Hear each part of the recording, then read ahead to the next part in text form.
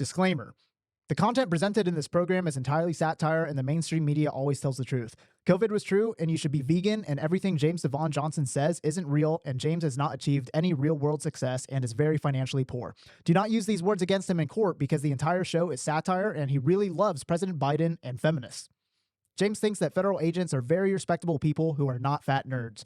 Please do not take this program seriously and get your booster injections as soon as possible. Hey everybody, welcome back to the JD Show. It is Mastermind Monday in the house. Yeah. I'm with Kaizen Asiedu in the house. Thank you so much for coming on. Of course, bro. And I nailed it that time. You nailed it. I nailed it. All right. But dude, you're a pretty cool guy online. I love what you're trying to do. Just bring out open conversation and discuss what some people would consider sensitive or uncomfortable topics.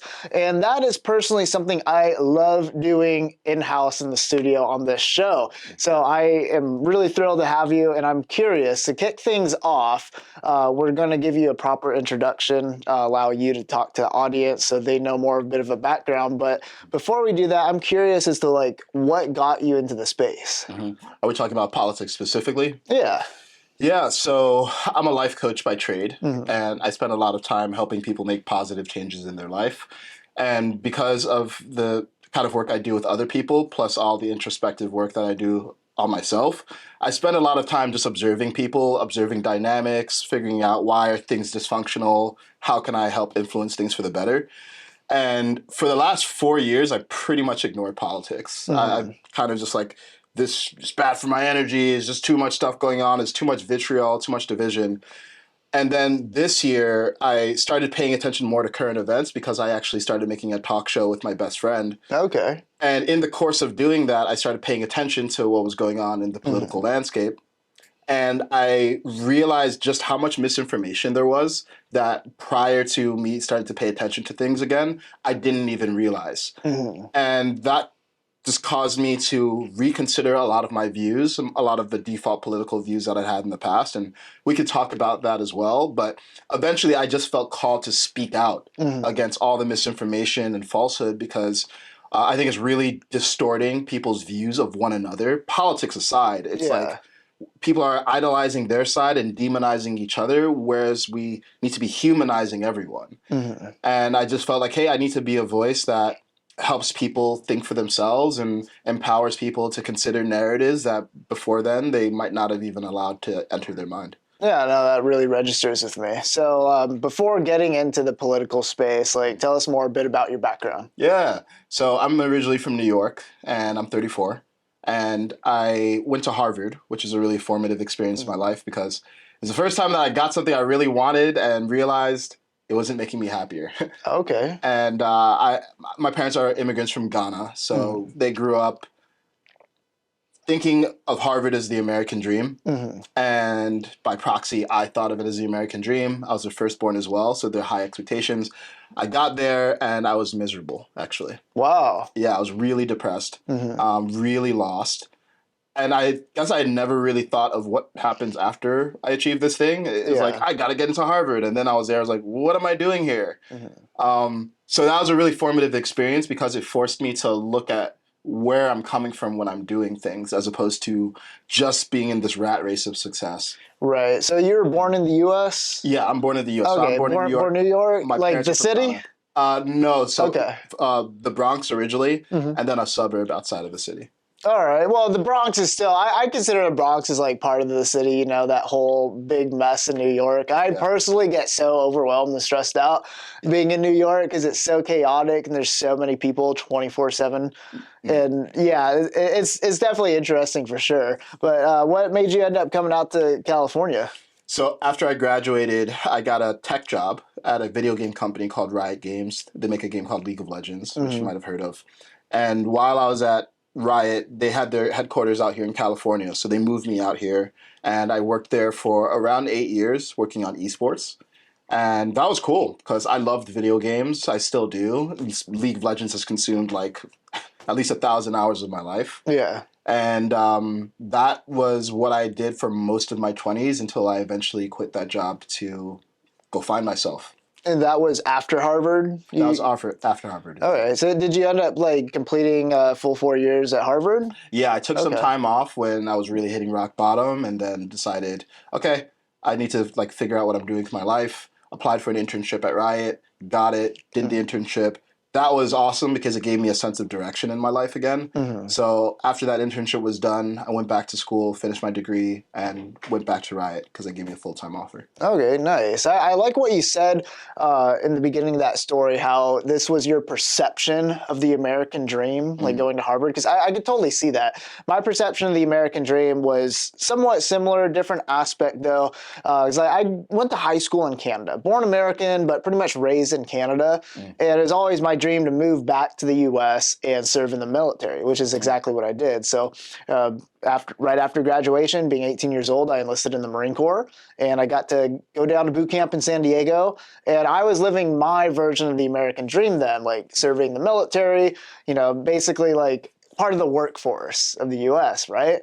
And eventually, like, I just learned too many hard lessons going through that experience. And I realized, like, the American dream, like, people's perception, again, it always varies a little differently, but overall, it's like the general consensus. Like, people go to school to get that good job, or like people go into trades to get a good paying job, like making $100,000 a year. People tend to think that that's when you've made it. But I got to that point being in the Marine Corps, like eventually, like 10 years into it, picking up the rank of staff sergeant, I was making well over $100,000 a year.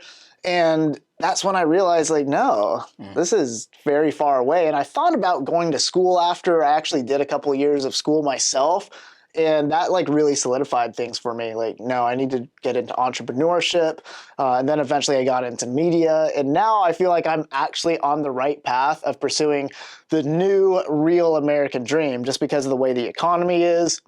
It's very hard for just average people to be able to work like a regular job. Like, I even know doctors who really don't seem to be that well off, and they went to school for like 10 plus years. Yeah. Yeah. Well, thank you for your service. Oh, I appreciate that, man. Yeah. Yeah, and it's really cool to first, the fact that you're Canadian makes sense because you have a friendly vibe. So it's like, oh, Canadians are dickheads, man. It's not really? true. Yeah, That's not my experience. The friendly vibe comes from being in the nicer parts of Southern California, not LA. Really? Yeah, definitely. I don't know. I haven't met a lot of dickhead Canadians. They're like consistently nice. Maybe it depends on where, because I feel like I meet people from West Canada, like Vancouver, like BC, and they seem really friendly. Dude, I don't know. Maybe that used to be the way, but like, I have two Canadians that help me out with this show, like people that I grew up with in Canada. One of them does some of the editing, the other does my social media. And like, we had this discussion, like, Canadians just aren't the nicest people anymore. Like, they came out here and they're like, wow, everyone's so nice, except for LA. When we were in LA, they're like, ooh, when do we get to the nice parts, But bringing them down to Orange County, they're like, wow, everyone's so nice. It's so clean and beautiful here. But yeah, that is definitely a misconception of Canadians for sure. Do you think that's been like a cultural shift in the last several years? Because I feel like the reputation used to be the Canadians are so friendly. So this is actually what I think it is. So Canada... For like, when did Trudeau, he got into office, like, what, 8 years ago now? Something like that. So you started seeing drastic shifts in policy. And in Canadian culture, like, it used to be predominantly like French and British culture in there. And it was always very multicultural in general. Like, I had a lot of like Chinese friends, Korean friends, like East Indian friends. And then I got to the point where they changed their immigration policies, where now like European Canadians or even just native like white Canadians are now the minorities. And it's very overrun by Indian and Chinese culture in particular, at least for British Columbia. And I think that makes people bitter because a lot of them come in with a very...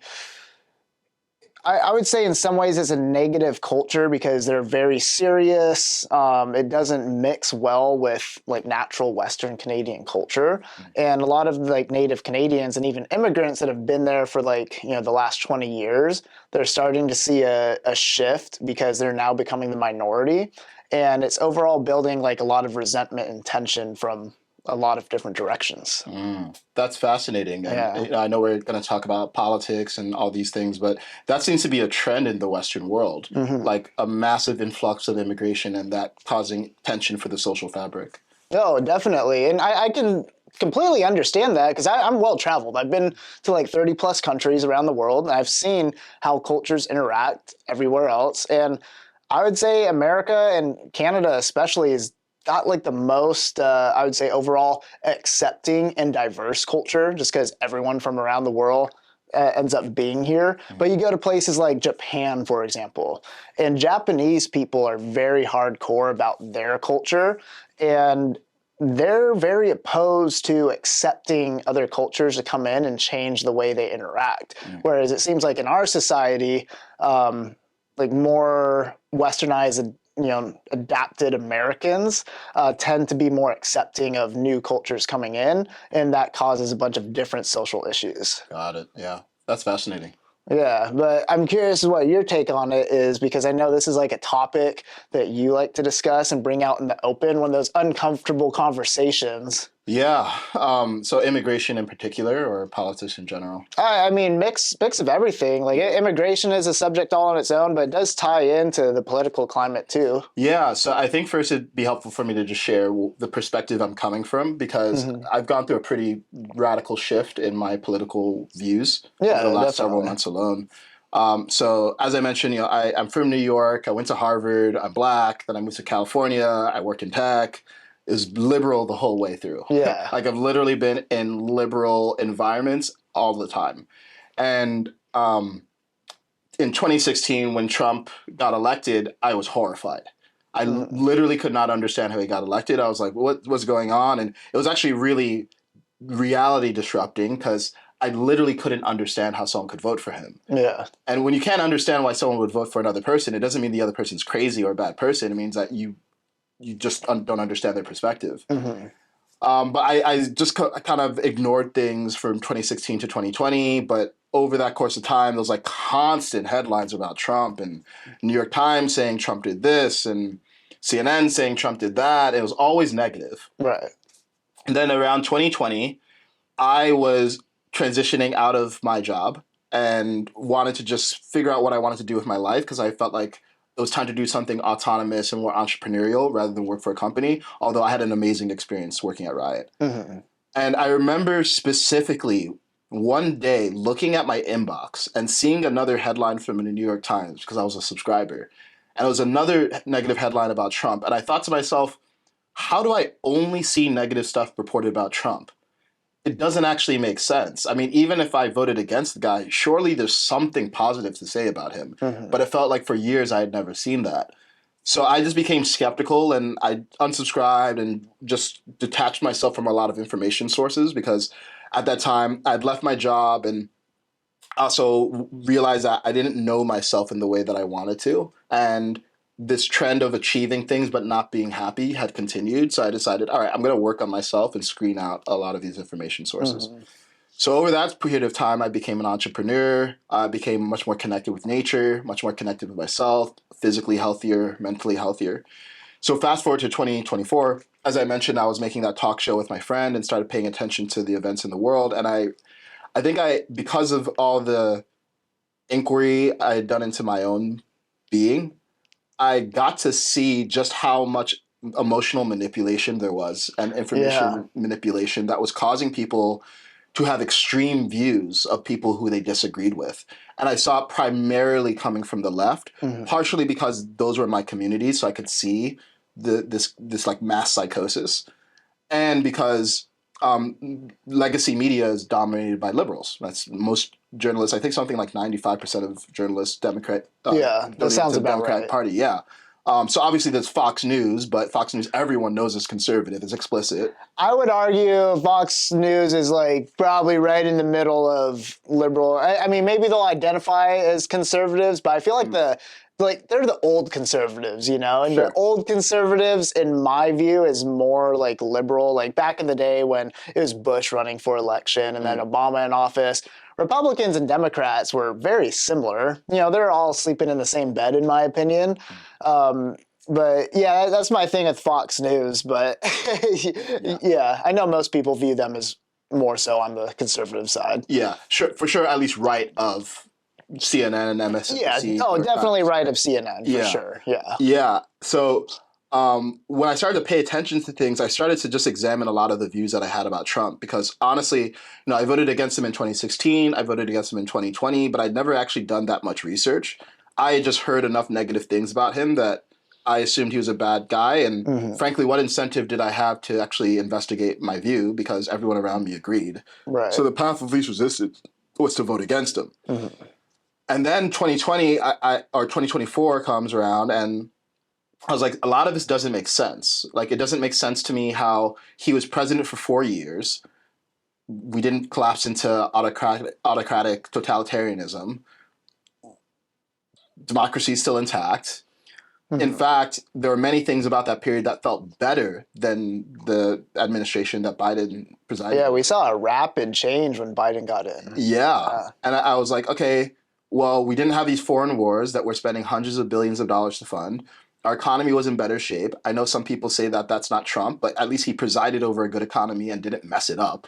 So at minimum, and I think there's things that he actively did to help.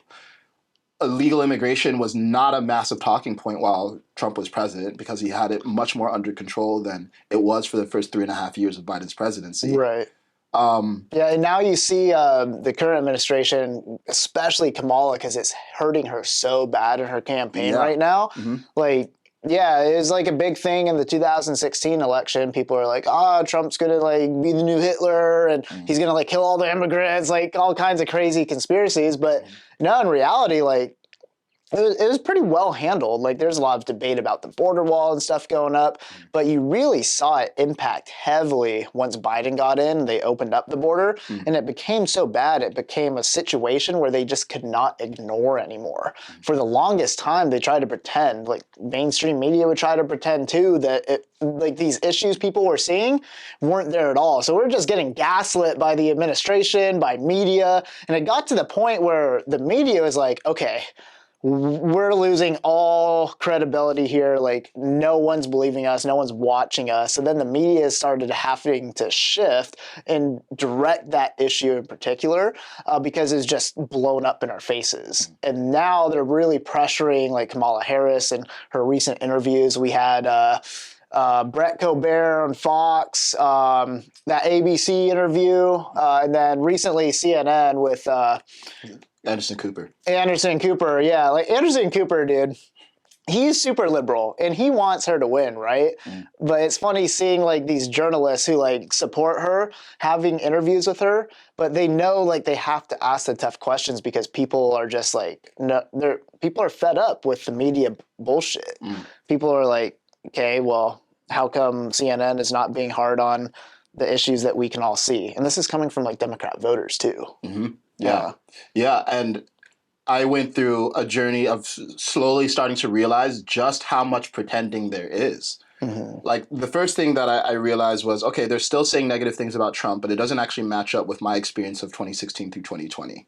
So if this guy is a threat to democracy, he doesn't seem to be very good at it. If this guy's a racist, he's not very good at it. If this guy is going to put us in internment camps, he hasn't done it very well. So just a lot, like I was like, I trust my senses and what I can see, and it's just not matching up with the narrative. The second thing was I just saw the legal system getting weaponized to prosecute him. It felt like, honestly, they just spent years trying to find anything they could prosecute Trump for. And these were the headlines. Even after he was out of office, he was kept in mainstream media. An indictment here, a subpoena here. It's about taxes. Now it's about Stormy Daniels. And I was like, for one person to be focused on with this level of vigor shows me that there's actually a bias, not in the laws themselves, but in the choices on what crimes to try to prosecute or what suspected crimes. So I was like, all right, the media is biased. I see the legal system being co-opted. And then I still had like Trump trauma or Trump derangement syndrome, whatever people call it. Yeah. So I was still not like, I'm going to vote for Trump, but I was like, all right, something feels off and I don't feel comfortable with Trump, but the Democrats seem to be a part of this and this liberal media. So I'm going to choose RFK. So I was on the RFK train, started investigating his views, felt it's so refreshing that he was speaking about real issues, Yeah. but deeper issues that are not actually talked about at the general election level, like health crisis in America, government inefficiency, and outright corruption or bad Yeah, see, incentives. RFK took the lead, like out of any major politician from whatever side of the political spectrum. He took the lead on addressing those new issues, and I think like health is a huge one. Americans are majority obese or overweight. Same thing with government deficiencies. Like, I'm really proud that RFK like took that risk to stand up and really address those. I could totally see why you started following him. Yeah, and he was kind of like a safe bridge to the views that I have now because he was a former Democrat, the Kennedy family, famously Democrats, and he ran as a Democrat, or he was in politics as a Democrat until he departed from the Democratic Party because he basically pointed out, hey, this party is irresponsible and they've lost their They way. ousted him. Yeah. And more than ousted him, they tried to use the legal system to keep him out of the election, right? They filed a bunch of lawsuits across, I think, almost all of the 50 states against him to keep him off the ballot. And now there's states like California that pushed to keep him on the ballot even after he withdrew his ticket. Is like, I don't want myself to be on the ballot because that's taking away votes for Trump. Like, you need to go vote for Trump. But states like California are like, nah, we're going to keep you on the ballot now. Ridiculous. I haven't even heard that. But yeah, honestly, it sounds congruent with what I've been seeing in the Democratic Party. And I'm talking about the leadership specifically. I think there's many reasonable people who identify with Democratic values. I did for most of my life as well. I still do. Like, there's certain things where it's like, yeah, I don't consider myself a Republican or a Democrat, and I generally have liberal leaning views. But what I've seen is this party leadership is irresponsible. And the first very clear sign of that was when we saw Biden senile on the debate stage. And from there, several questions obtained. A, how long has he been senile? Right? If he's senile and we're seeing him lose his cognitive function on stage, this means he's been in office in this state. And if he's been in office in this state, why was this withheld until after the primary? And then actually, a lot of people have said if you watch old interviews from years ago, you could see this stuff. Yeah, so it was the debate like your major turning point for completely switching away from them? There were 3 turning points, actually. Okay. One was when Trump was named a convicted felon, and everyone's saying convicted felon, without actually knowing what he was convicted of a felony for, which is paying money to Stormy Daniels, which didn't strike me as some massive breach of ethical conduct. Yeah, it's one of those crimes where 99% of the time prosecutors ignore it because it's like one of those things, it's like written in the books. You could pursue it, but it's really not like a crime, but lawfare, they can pick and choose. So that's one of the things when it comes to prosecutorial discretion, like they can pick and choose. So it's really interesting to see them go after a crime that Trump committed where normally they don't pursue that type of crime, and it was directed by the current administration, the Democrats. Yep. And they were determined to find something, and eventually they did, because, who would withstand that level of scrutiny and not have something out of line? Exactly. There's this famous book. It's called no, I'm not going to be right on it, but it's like 6 felonies a day or something like that. Have you heard of it? No.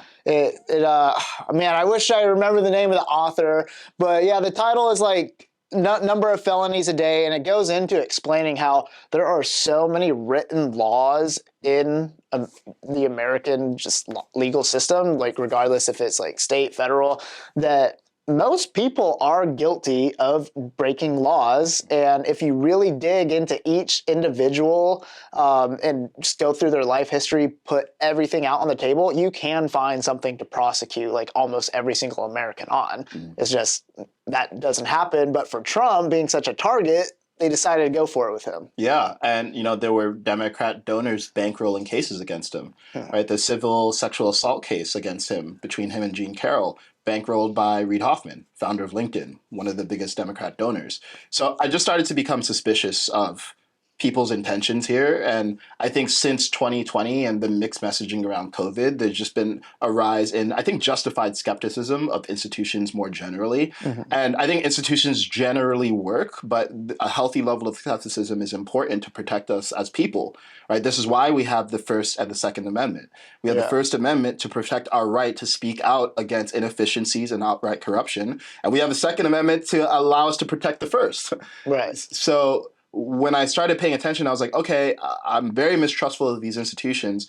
Then I saw Biden being senile, and I was like, well, why is he still in office? And by the way, why is he still in office to this day, which is insane to me.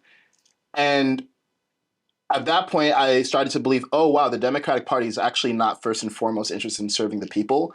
At best, they're dysfunctional. At worst, they're corrupt. And either it feels unsafe for me. The final straw, though, was when we saw Trump nearly get assassinated. And honestly, mentally, I was still like, I don't know about Trump, though. I'm going to go for RFK. And I even made content around that, so you can actually follow my journey of arriving at my Trump awakening. And I remember watching this clip. I remember I was in my kitchen, and I looked at the clip, and I saw him get up and put his fist up, bleeding and saying, fight, fight. And there was just something in my heart that just resonated. And it was actually quite confusing because I was like, mentally, I don't know about Trump yet. But my heart was like, that's real. And, you know, you mentioned pretending. There's so much pretending that a sign of raw realness like that, it can't help but move you if you're paying attention. And I was moved. And then it forced me to consider, wait a second, do I actually believe that Trump is the answer to the enormity of the problems we have? Preventing World War III, getting our economy in shape so that people can afford to start families and curb our declining birth rate, handling the border so that we have people come into the country legally and be properly integrated, to say nothing of the health crisis that RFK's put attention on. And this government that is $35 trillion in debt, accumulating more and more debt every year, just adding more and more rules and suffocating private industry while not delivering good results to the American people. So when I started to look at things from that vantage point, I was like, oh, this isn't about Republicans versus Democrats. This isn't even about Trump versus Biden and then Kamala. This is about the establishment and a government that is not working for the people and is incentivized, frankly, to work against the people and get us into wars and spend taxpayer money versus the people. Right. And that's when it really clicked. I was like, okay, because going back to 2016, when I literally didn't understand how people could vote for Trump, well, what were his two mantras? Drain the swamp, build the wall. Yeah. Build the wall. I think that's something more people who are like blue-collar workers in border states close to the earth resonated with. Me as someone in New York, California, it didn't really resonate. Yeah. But now I understand, oh, drain the swamp. And you know what's funny? Prior to 2016, everyone would have agreed we need to drain the swamp. Everyone complained about politicians and said, what are these people doing? They're all liars. They make promises. They never follow through. But when that message was associated with Trump as a messenger, people ceased to resonate as much with the message because they didn't like the messenger. Yeah. But the swamp has only gotten bigger. It needs to be drained. And although I don't think Trump drained it very well in his first 4 years, I think the team he's assembled around him this time, Tulsi Gabbard, RFK, Elon, Vivek, JD Vance himself, plus the fact that he's more seasoned, plus the fact that no matter what, misgivings about him aside, because he does have personality defects, he is anti-establishment in my mind. And that's what really got me on board with Trump as early as 2016, because I recognized for a long time that the Republicans and Democrats are just in bed with each other. Like I said in the beginning of the podcast, like George W. Bush, we got into that war in Iraq because of a political agenda. The Democrats, there's some debate like, oh, we're anti-war, but at the end of the day, they still supported it. They still voted on policies that supported the war. Obama carried it on.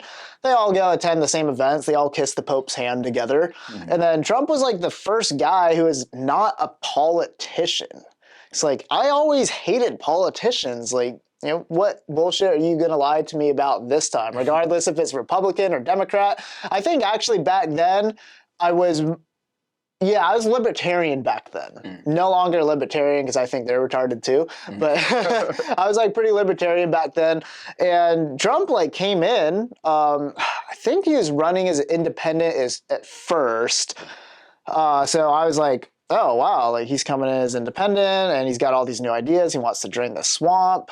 And I was always a Trump fan. I used to watch The Apprentice as a kid. And I thought he was hilarious. I'm like, what? He's gonna run for president? This is ridiculous, you know? Like, yeah, he still is. He's a comedian, dude. And I just thought he was like entertaining, so I started like watching him. Like, he's going to run for president. What a silly goose, you know?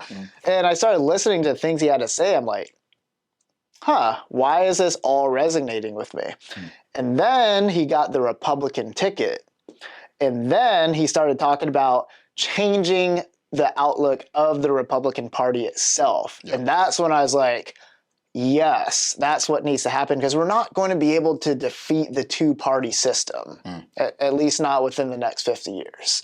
And I knew that back then, and I thought like, okay, well, if we can at least change the outlook of the Republican Party, then maybe we can actually make a difference. So yeah, I supported him back in 2016 just because I was so anti-establishment. He was like the most anti-establishment candidate that I've seen like looking into politics. Even though he had some policies I did not support whatsoever, like banning bump stocks, for example. I was highly against that.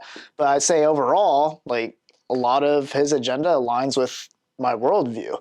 And then especially seeing the mainstream media and the entire establishment agenda, both like establishment Republicans and establishment Democrats coming after him, I'm like, okay, he must really be doing something right. Yeah. And yeah, I mean, I think he could have gotten a lot more done that would have inflicted positive change in the country if there wasn't so much backlash from the Democrats and so much non-support from the Republicans at that time. But now we've seen the disasters of the Biden administration and how all this nice, fluffy fairy talk just did not work. And now people are really struggling. Like people before Biden came into office were living paycheck to paycheck, couldn't save an extra dollar, even if they wanted to. Already struggled with groceries. Now even more so, everyday Americans are struggling hard financially. And then like you brought up the foreign wars, utterly insane. Like we saw 13 service members get killed for no reason withdrawing from Afghanistan. And me being a recon Marine at the time, like I knew guys who were on the ground. Wow. And I heard horror stories about what happened down there, but like strategically speaking, I think I was just a sergeant at the time, and I had enough knowledge of that region and how like the operational capacity of Bagram Air Force or Bagram Air Base like was strategically important for that region. Like we could never have pulled out of Afghanistan like safely, and I didn't even like look into it that heavy. That's just common knowledge, you know, being in that type of environment. And yeah, sure enough, the world went to shit after that. Putin was like, okay, look at the U.S. being weak. Let's go full send into Ukraine. And then, yeah, that stirred up things with Iran. And, you know, they sent out their proxies. And then we had October 7.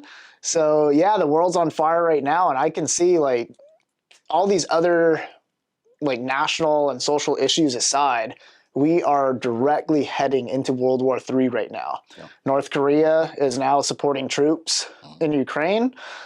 Dude, all these proxy countries to Iran and Israel going into Lebanon. That's insane. I said on this show the day that Israel moved into Lebanon that this is the first stepping stone of World War III. And only Trump could change that right now, in my opinion. Yeah. I find it really fascinating. Thanks for sharing that, because it's actually cool to hear from someone who was in the military, who actually developed an anti-establishment view, because the military is very much integrated with the establishment. But you thought for yourself, and not only could you see the realistic geopolitical risks as someone who was on the ground, you also see how the current government structure, Democrat or Republican, wasn't going to genuinely change things. Right. And I think this is the shift that a lot of people who are anti-Trump should consider, right? Because I remember hearing Kamala talk on the debate about how Dick Cheney was now throwing in her support. Dick his Cheney's support with her. terrible And person. I thought to myself, this guy is Darth Vader. Dude, to the Dick Democrats. Cheney, like, that guy, like, they always say Trump is Hitler, but, like, Dick Cheney is probably the actual closest thing to Hitler. He's literally authorized torture, surveillance of American citizens, and it's wild because I don't think she even knows what she's saying.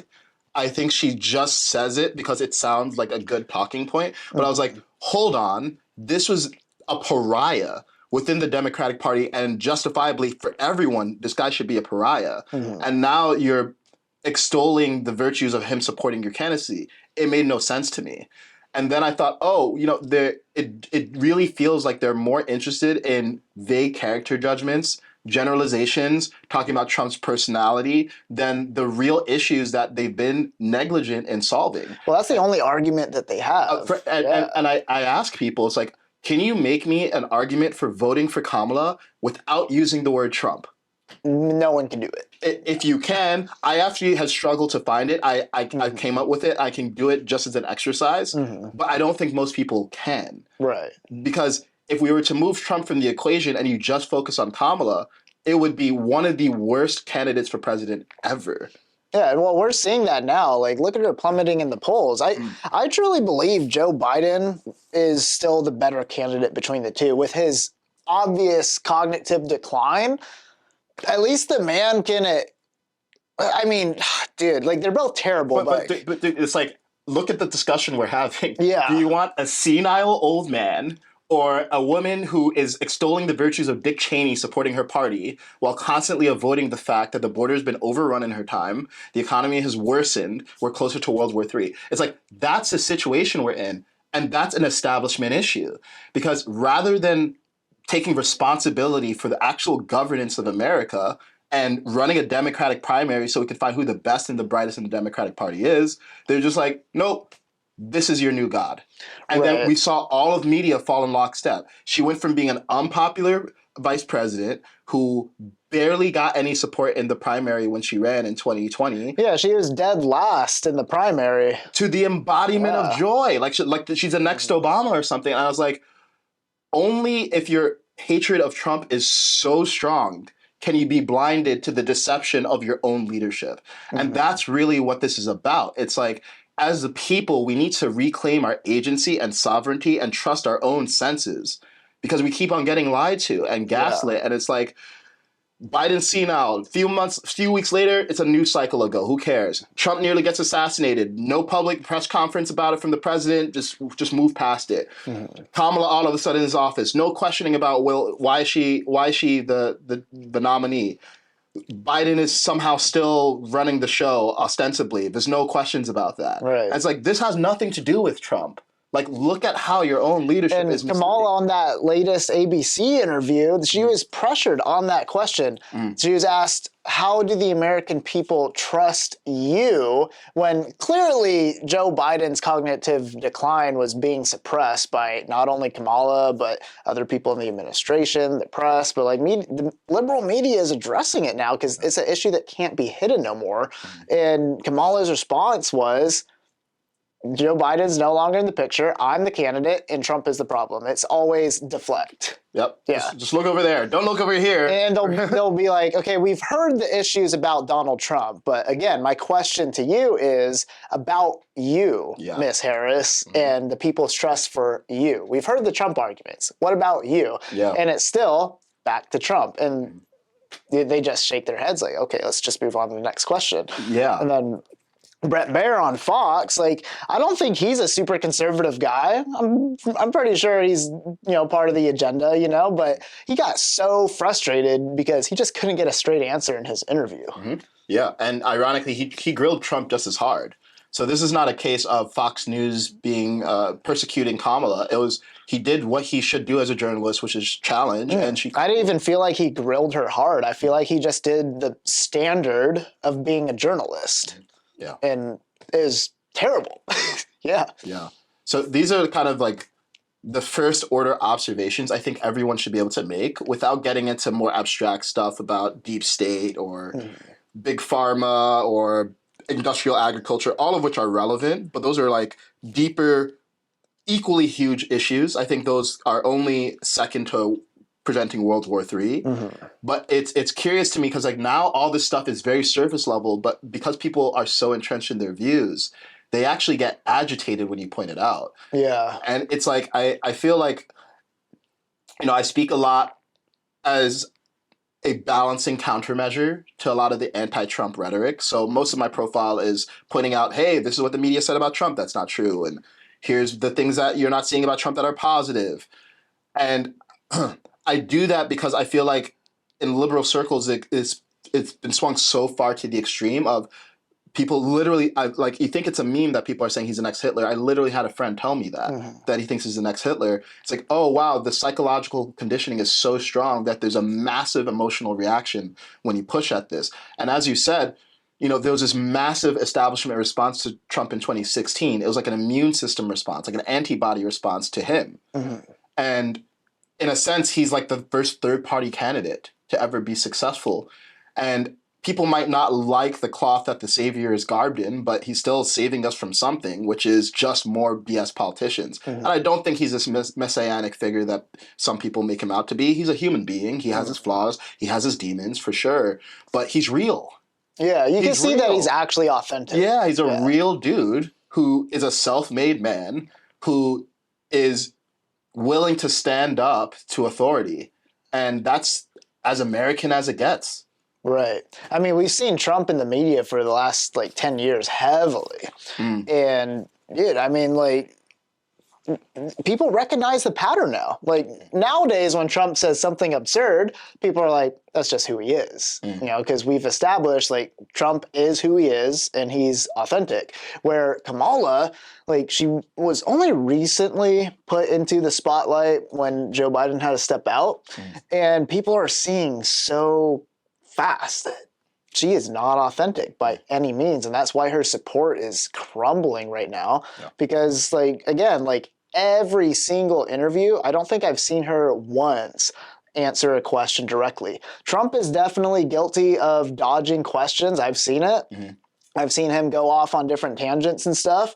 But at the same time, I've also seen him answer directly and been put in the spotlight and be able to hold his own ground. Where not one single time during any interview that I've seen, at least with Kamala, is she able to answer a question directly. Yeah. And that's a good observation because I think the thing with Trump is he does evade sometimes, like everyone does, and he's self-aware. I mean, I don't know if you saw the Andrew Schultz interview. Did you see that? Yeah, I did. Yeah, where he calls it the weave. Yeah, so there's some self-awareness there. Right. But even when I'm dealing with him, it's like, okay, I do actually think he's a basically truthful person. He evades sometimes, he exaggerates, he plays it up. But if you actually look at it, how many actual lies has he told people to their face? And sometimes I think that people, they're so focused on where the finger is pointing. It's like, that guy's a liar, that guy's a liar, that they don't actually see that the person lying the most is the one who they're voting for. Right. And with Kamala, it's like, yeah, I agree. She doesn't feel very authentic. Now, I want to make sure that I just to provide some moderating take. I can give what I think the best argument for voting for Kamala is. Yeah, I'm actually curious to hear it. Yeah, look, so I'm someone who believes that the things that happen while you're president are largely your responsibility. Doesn't mean you cause them, but they're your responsibility. So if we're going to say that under Trump there was peace in the world, we can give credit to Biden and Harris collectively for averting inflation spiraling out of control, because it could have after COVID. They got it back under control. We can give them credit for eventually trying to address the immigration crisis, for trying to do comprehensive immigration reform. I think there are some things that they did to make us more sovereign in semiconductor production. So Taiwan, which is another potential World War III trigger point between us and China. There was something called the Chips and Science Act, which basically incentivized American production of semiconductors, so we don't need to rely on Taiwanese production of semiconductors. So we don't need to be put in a situation where to defend our economic interests, we go to war with China there. I think that's helpful. And all those things happened under Biden-Harris. I'm willing to give them credit for it. And in my mind, it's far from enough. I want revolutionary level change when it comes to government incentives and unelected bureaucrats running up a massive debt. I want demonstrable peacemaking, which I think Trump has actually shown to a pretty great degree. Like, I don't think he actually gets enough credit for how much of a peacemaker he was. Right. No, he doesn't get enough He at all. doesn't. Yeah. Like, as far as foreign policy goes, Uh-huh. Trump has probably set record statistics for effective foreign policy in the history of America. Yeah. Yeah. He signed the treaty that got us out of Afghanistan. He signed the Abraham Accords to normalize relationships between Israel and the rest of the Middle East. He was the first president to step into North Korea through the DMZ. It's like, this is pretty impressive. Yeah. And it's like, people will say, oh, well, you know, how much does the president actually have impact? It's like, okay, well, Putin annexed Crimea while Obama was president, didn't do anything while Trump was president, and then tried to annex Ukraine. So, like, there's something going on here. And I think as a military guy, you can see, like, there's something, like, peace through strength is a real strategy. Oh, absolutely. Yeah. It's like just even being a guy out on the street at nighttime, you know, if you don't have a lot of muscle on you, you're frail, you're kind of looking down off to the side, maybe like you're stuck on your cell phone, you're presenting as a weak target. And naturally, like other like perpetrators, like people who want to do damage to you, are going to see that and be able to pounce on it. Or they're going to be more likely to want to pounce on a weaker looking individual than someone who's got some muscle mass, who stands up tall, who's constantly looking around. That's just basic human nature. Exactly. You know? And that same nature applies on a broad scale when it comes to military powers. So naturally, when an administration enforces a powerful military, which I have a love-hate relationship with the idea of the U.S. military-industrial complex.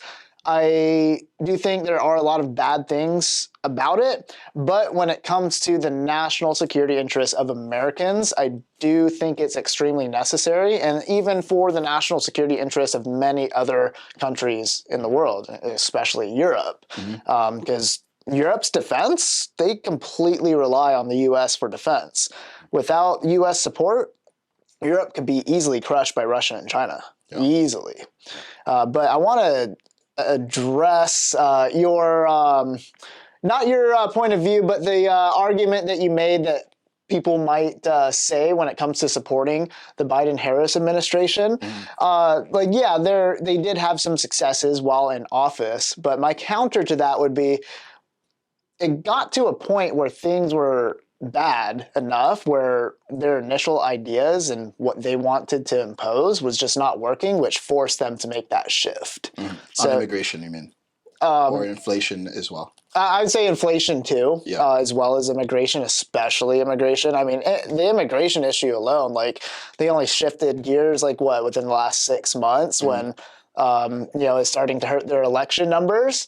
And then Kamala, all of a sudden, like, she's like, we're not closing the border because it's racist. We're leaving it open because we're not racist. And then all of a sudden, like, voters are saying, ooh, that's not what we think. And she's like, I am now tough on the border. Like, okay, cool. That's the right choice. But you guys should have made that choice a long time ago. So that would be my counter to it. Yeah. And I merely make the argument just to, in an attempt to muster something. And and I think, look, probably the more believable argument is more of an anti-Trump argument, right? Because they're legitimate issues, right? And we could talk about handling of January 6th. I have a nuanced perspective on that, but January 6th, he does have divisive rhetoric for sure. He is careless sometimes in how he speaks. I think the media massively exaggerates it, but for sure, he's not a gentleman. He's not polite. He's not a unifier. Those classified papers being found at his Mar-a-Lago estate, he feels careless and reckless sometimes. And yet, I look at those same qualities that causes him to shoot from the hip or not give a fuck if he offends someone as part and parcel of him having a backbone of steel. And it's like, if we're looking for a perfect hero, we're not going to find one. Yeah, no such thing. Yeah, and I think that he's not the president for all ages and all times. I think in a more stable situation where we're not talking about impending nuclear holocaust, we're not talking about an open border being overrun with sex trafficking and foreign terrorists potentially coming over that border. Yeah, there's now, I think they estimate 300,000 children alone who have come into the U.S. and they have no idea where these children are. You know? So that's potentially 300,000 innocent souls who have fallen into sex slavery in the U.S. Insanity. And we're talking about racism from maintaining a secure border. Right. So it's like, let's deal with all those issues and then we can talk about more high-minded ideals, but we do need to prioritize.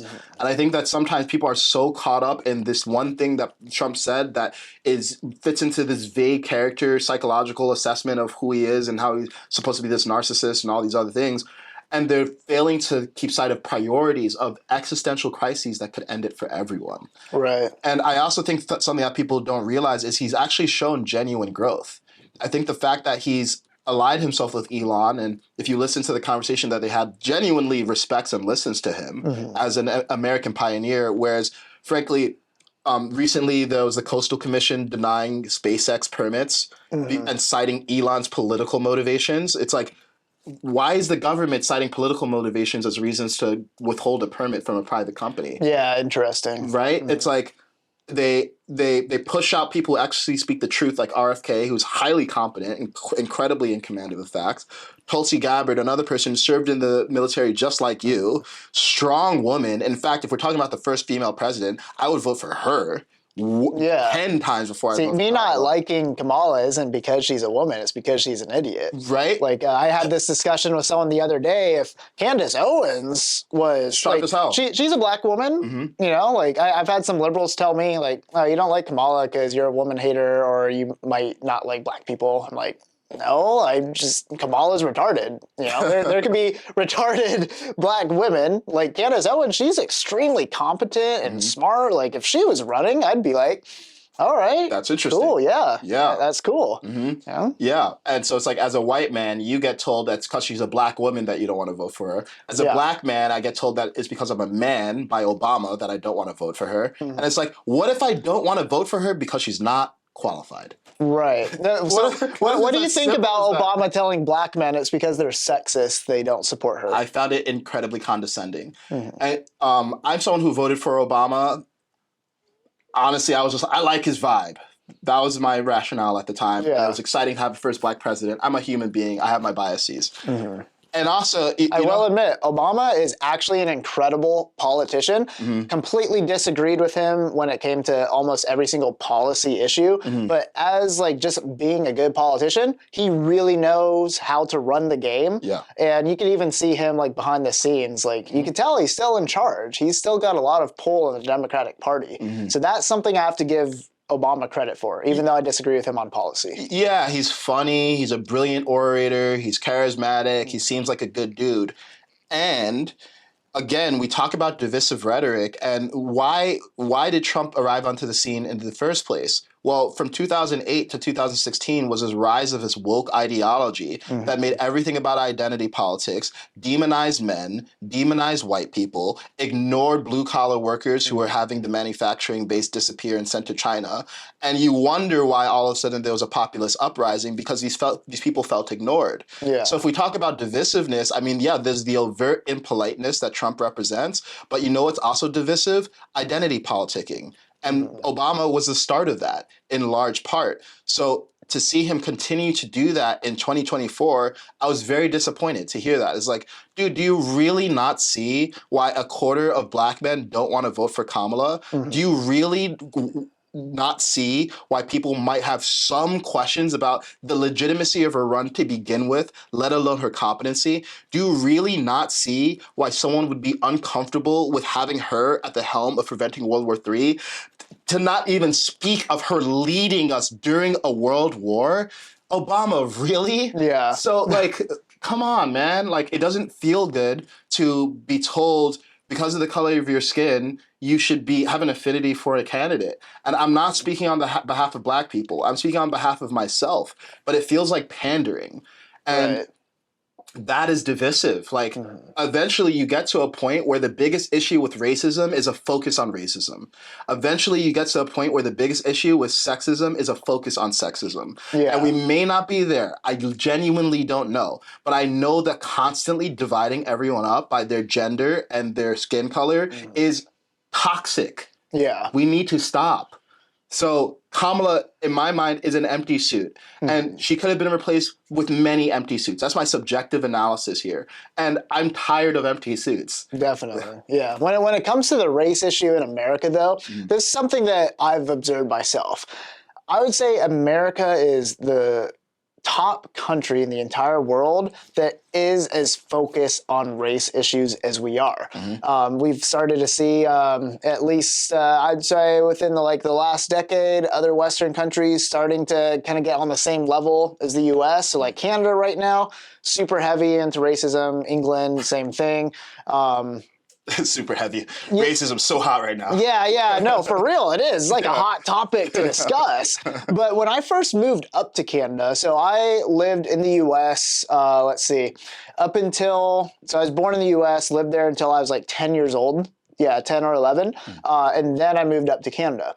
Living in the U.S., race as being a young child was still something that was discussed in school. So like we talked about the prejudice issues, like we used to have during Black History Month, it'd be all about like Martin Luther King and that whole era. But then moving up to Canada, race was not talked about at all. And it was like, because it wasn't talked about, it didn't really exist. And I thought that to be very interesting coming from America, where we spent a lot of time discussing race issues just in the classroom, and then moving up to Canada where it's no longer discussed. That has totally changed since I left the country and came down to the U.S. Now I hear stories because I got friends now who like became school teachers up there and stuff, and now it's highly prevalent, but still in other parts of the world, they don't focus on race issues. And, other parts of the world, people are just like naturally racist. Like Koreans hate Chinese people. Japanese hate Chinese people hate them, vice versa, right? But it's just like, it's not a prevalent talking point in most other areas of the world. But for some reason here in the US, like you said, I really do think Obama started hyping up identity politics, and now it's something we can't really escape from. But when it comes to what I've noticed in particular with Black voters supporting Trump this election season, they talk about these same issues you're bringing up, where they feel like identity politics has gotten way out of hand. The pandering is ridiculous. And at the end of the day, you guys just feel like people, and you're like, I'm American. I'm not like Black American. I'm not separated from the rest of America because of my race, but the Democrats are still hyper focused on it. And I feel like that is what causes massive divide. Yeah, and to assign some responsibility to the right, look, I think the classic issue with the left is that there's an excess of compassion without truth. It's like, everything is just about feelings and ignoring practicality at the extreme. At the extreme with the right, I think there's a lot of truth, but not much compassion, or at least it cannot feel that way. Right. But now what the left has become is actually the far left. Like, I feel like the Democratic Party is more co-opted by their far left extreme than the Republican Party is co-opted by their far right extreme. Yeah, I agree. So it's like, what it means to be, it's like, if I'm voting for Trump, and I guess maybe that makes me technically a Republican, or however people want to view me, it's like, I don't feel like my position has radically shifted. I feel like the Democratic Party has shifted, and I was unwilling to shift with it. Yeah, right? definitely. I consider myself like a pretty centrist individual, and if you even look at people like Elon voted for Obama. Yeah. Right? Like, Mark Zuckerberg donated to, I think, Biden's campaign. Now he's calling himself a libertarian. Like, a lot of people are like, yeah, this old classification of Democrat, Republican, do you even know what Democrat actually means anymore? Yeah, it's completely divided. Like you said, there's the extreme left, which is the direction the Democrat Party is going to. So like old established Democrats like Chuck Schumer, they're slowly getting like voted out of their own party because so many Democrats getting voted in nowadays are part of that far left agenda. Yeah. And look, it's like, I think this is the first time in my life that I've seen like a major shift in the composition of a party.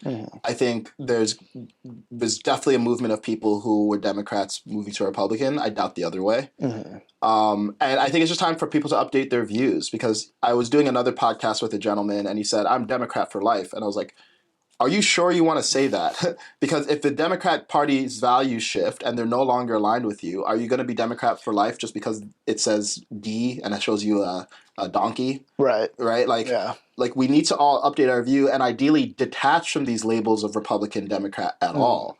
Right? The more we identify with left, right, and these labels, the more we can't see things clearly. And of course, we can't see when our own party leadership is abusing us.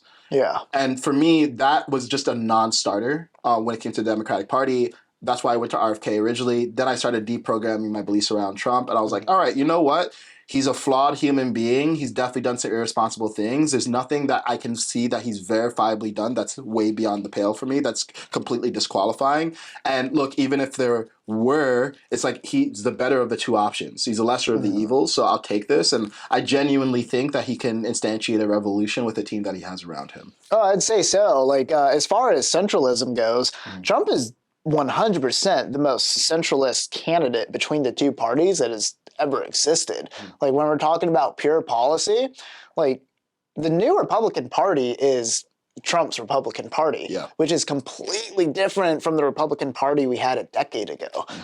There are still some hardcore establishment Republicans that I would argue are more like Democrats because the shift of the party has just changed so much. So like the issue of abortion, for example, people think that the Republicans have historically been very pro-life, anti-abortion, right? But as far as Trump's view on it, like is his policy, it is the closest thing to center on the issue possible. Yeah. Bring it back to the states. Yeah. No longer a federal issue. Simply solved. But I've heard so many arguments, especially amongst women voters, is they simply can't get behind Trump because apparently they think he's like too pro-life or something like that. But if you actually look at policy, it's simple. It's by state issue because there are states like Alabama where the mass, like the voter base, the majority of the voters there are pro-life. And just because their demographic views something one way doesn't mean California people here should shift their ideology to what they believe. So I totally support bringing it back to the states. Like, especially if you live in California, this is something that doesn't make sense to me. Female voters in California saying they have to vote for Kamala because they want to keep their right to abortion. Even if Trump's in office, you're still going to get your right to abortion. Just vote locally. Yeah. Vote locally. Yeah. And you know, it's a sensitive topic, and obviously we're two men talking about abortion, and it's not as personal for us as women. So I totally understand why women would feel emotionally activated by the idea of this right that they used to have guaranteed taken away. But if we actually look at the circumstances under which they're taken away, what they actually did by repealing Roe v. Wade is say, instead of having 9 old people on the Supreme Court choose whether abortion is allowed federally or not, we're going to give this to the states so that people can vote and remain current with the standards. Because the Supreme Court could have equally said, okay, abortion's banned. Yeah, so they said, give it back to the states. Right. And Trump has said he would veto a national abortion ban. So I get it. Look, there's always downsides, right? Like if you allow abortion, then there's going to be women who abuse that right to abortion and get elective abortions that's basically birth control. Well, let's look at abortion statistics. So we always talk about the exceptions, right? Rape and incest, two biggest exceptions that are talked about. Well, what percentage of all abortions are because of those particular two? It's like, I think 1 to 2%. So that's extremely low numbers in the first place. So it's pretty much like an irrelevant argument because like women say, I know a lot of women actually, especially in California, say they are pro-abortion because specifically they think if like they got raped, they want to have an abortion. Like, okay, yeah, I totally get that. I support that. If I was a chick and I was sexually assaulted and got pregnant, I would abort that thing. I'm all about it. I support it. But reality is like 98% at best of abortions are for selfish reasons. People just want to get rid of the kid so they don't have to deal with the consequences of getting pregnant. That's the reality. Now, if your point of view is you want to maintain the right to have an abortion so you can maintain your freedom of like being single, having fun, whatever that dynamic looks like, okay, cool, I can respect that, but I think it's a nonsensical argument to, bring up rape and incest because, like, yeah, that counts for 1% to 2% of all abortions. Yeah, and I would say, just to devil's advocate for a second, part of it is not necessarily having the right to abortion, but is rather the government getting to decide whether a woman gets to make that choice or not, which I understand. I'm sympathetic to this idea that, like, it is a patriarchal government run mostly by men, and like, the idea of a men choosing that, I get how it can irritate a woman. But it's like, look, there's downside on both sides, because I think people... It's like, yeah, women have a right to choose, and then there are people who are like, yeah, but that's a baby. That's an unborn child. Like, what about their rights? And I find that oftentimes there's just this, like, dogmatic focus on one side of the argument while not acknowledging the merits. And to me, it's like, when we talk about a miscarriage, if a woman has a miscarriage, you're like, oh, I'm so sorry for your loss of your unborn child. So I feel like there's an intuitive recognition that, yeah, there's an unborn child. There's a life in there. And if we want to have an argument about whether the circumstances under which that child should be killed, that feels like the discussion to have, not just focusing on rights. And it's like, look, men don't have full bodily autonomy. Because guess what? If World War III happens, guess who's getting drafted? Yeah. Men. Right. To go fight and die in a war that we didn't start, that we might not even agree with. So in a society, like, there are trade-offs, right? And I personally find it reasonable to just give it up to the states. But even if you disagree with that, it's like, again, we have to focus on what are the overarching priorities that affect us all. If it's World War III and we have to worry about nukes getting dropped on LA, is abortion rights really going to be the most important issue? Yeah, that's an argument that I've had with women on the podcast too, just to, kind of like just hit that nail on the head real hard with a hammer. Like, okay, so let's say like it really is like, at the end of the day, you just want to be able to abort a baby. Is that more important than potentially millions of people dying in a nuclear holocaust? And I've had some stubborn women be like, yeah, I'd rather be able to abort a baby and have everyone else die in a nuclear holocaust. Okay, that is insane. Yeah. That's not sane behavior. Right. Right. And it's like, man, one of the issues with this, like, excesses of leftist culture is like, well, you're entitled to your opinion. It's like, don't challenge my opinion. It's my opinion. It's my truth. There is no your truth. There's the truth. There's your experience. There's my experience. Right. There's my experience of the truth. There's your experience of the truth. But there's truth. Truth is inherently objective. One truth and then perspectives. Yeah. And we can't have society if we discard the idea of truth. So this is an epistemological issue. Is there truth or is there not?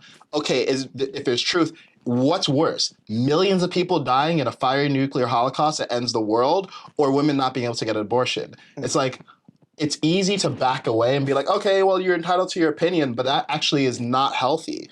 And what we've created this environment where we avoid confrontation because we don't know how to talk to each other, because we lack emotional intelligence, and everyone's suffering because of it. And another thing on the pro-abortion side of the argument that women love to throw out there is, oh, you're a man, you don't get to say. Well, I do get to have a say because it's a huge voting point. So you're telling me I don't get to have a say on abortion because a woman's body is her body and it's not mine? Like, yeah, I get that. But because it is a huge voting point, I actually should have to have a say, because you're telling me as a woman that I don't get to speak on it because you want to have an abortion, and you're voting for a side that is going to send us into World War III because you want to maintain that right to having an abortion.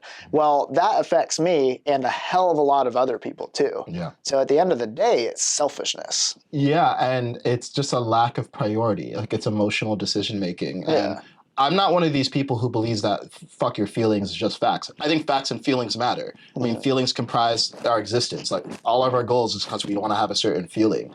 And if we're out of touch with the facts, we can't make good decisions that lead to long-term good feelings. Right. Okay? If we're out of touch with the facts and we don't know what the priority is and we don't know that preventing World War III is a priority, then guess what? We're all going to lose and then there's no more feelings for anyone. So we just have to have balance. That's all. And because of this like culture of demonizing people, and we see it with Trump too. It's like, frankly, part of what I feel like is unsaid about the anti-Trumpism is that he's a real man, right? Is he the most evolved, enlightened man? No, but he's a masculine man who has boundaries and says what he thinks. And that's rare in the culture now. So I think part of what's happened is masculinity itself has become demonized over the last few decades, to the point where when a man actually has a spine and he's willing to put his dick down for something that he believes in, that itself is countercultural, which shows how far we've gone. Because look, I believe that Republicans and Democrats need each other. I think of Republicans as daddy and Democrats as mommy. But we need them to be working together. And right now, it feels like there's just not celebration of masculinity in the culture. And it's leading to really wacky outcomes that are not good for anyone. So we just need to correct, right? The Republicans don't have all solutions. Certainly Trump is not the messiah, but we need a correction here. We do. And actually, there's a poll statistic. I think it indicated like 76, 78% of the country believes we are headed into the wrong direction. And this was actually something that was brought up in one of Kamala's interviews. I'm trying to... I forget which host was asking her that, but he or she brought up that statistic, like, okay, the majority of Americans think we are heading into the right direction. So tell me, like, where is the right direction in your perspective? And she argued saying that we are heading in the right direction, but the majority of Americans disagree with it. Don't be ridiculous. Yeah. What's the direction that we're heading in that's good? Our border being overrun and now having to choose between deporting everyone and giving them citizenship, our economy tanking and people not being able to have a middle class, a world war that's pending. What direction? What part of this direction is Hundreds positive? of thousands of children brought into sex slavery. What is positive about the way we're moving? Like, come on. So that to me just feels like disconnection from reality. Exactly. And maybe we have a difference of opinion about who's better to recorrect the direction, but the direction is shit. Yeah. Yeah. The majority of Americans even Americans that don't really understand politics, they at least know the country's going to shit in the current state of affairs. Like, everyone could feel it at least bare minimum in their wallets. Even if you like live in a hole and you don't pay attention to anything, well, you're still going to experience that in the grocery store. Yeah, absolutely. Yeah. And I like how you brought up the topic of people demonizing others for their opinions and perspectives. Yeah. So actually, I put myself into a very uncomfortable discussion. Ended up turning out to be a very positive discussion. But when it came to the pro-Palestinian movement, the war in Gaza, I don't have a side. Like, I'm not pro-Israel. I'm not like pro-Gazan. I really like don't care too much. Like, I get they both hate each other and there's all this history there that looks completely different from both sides.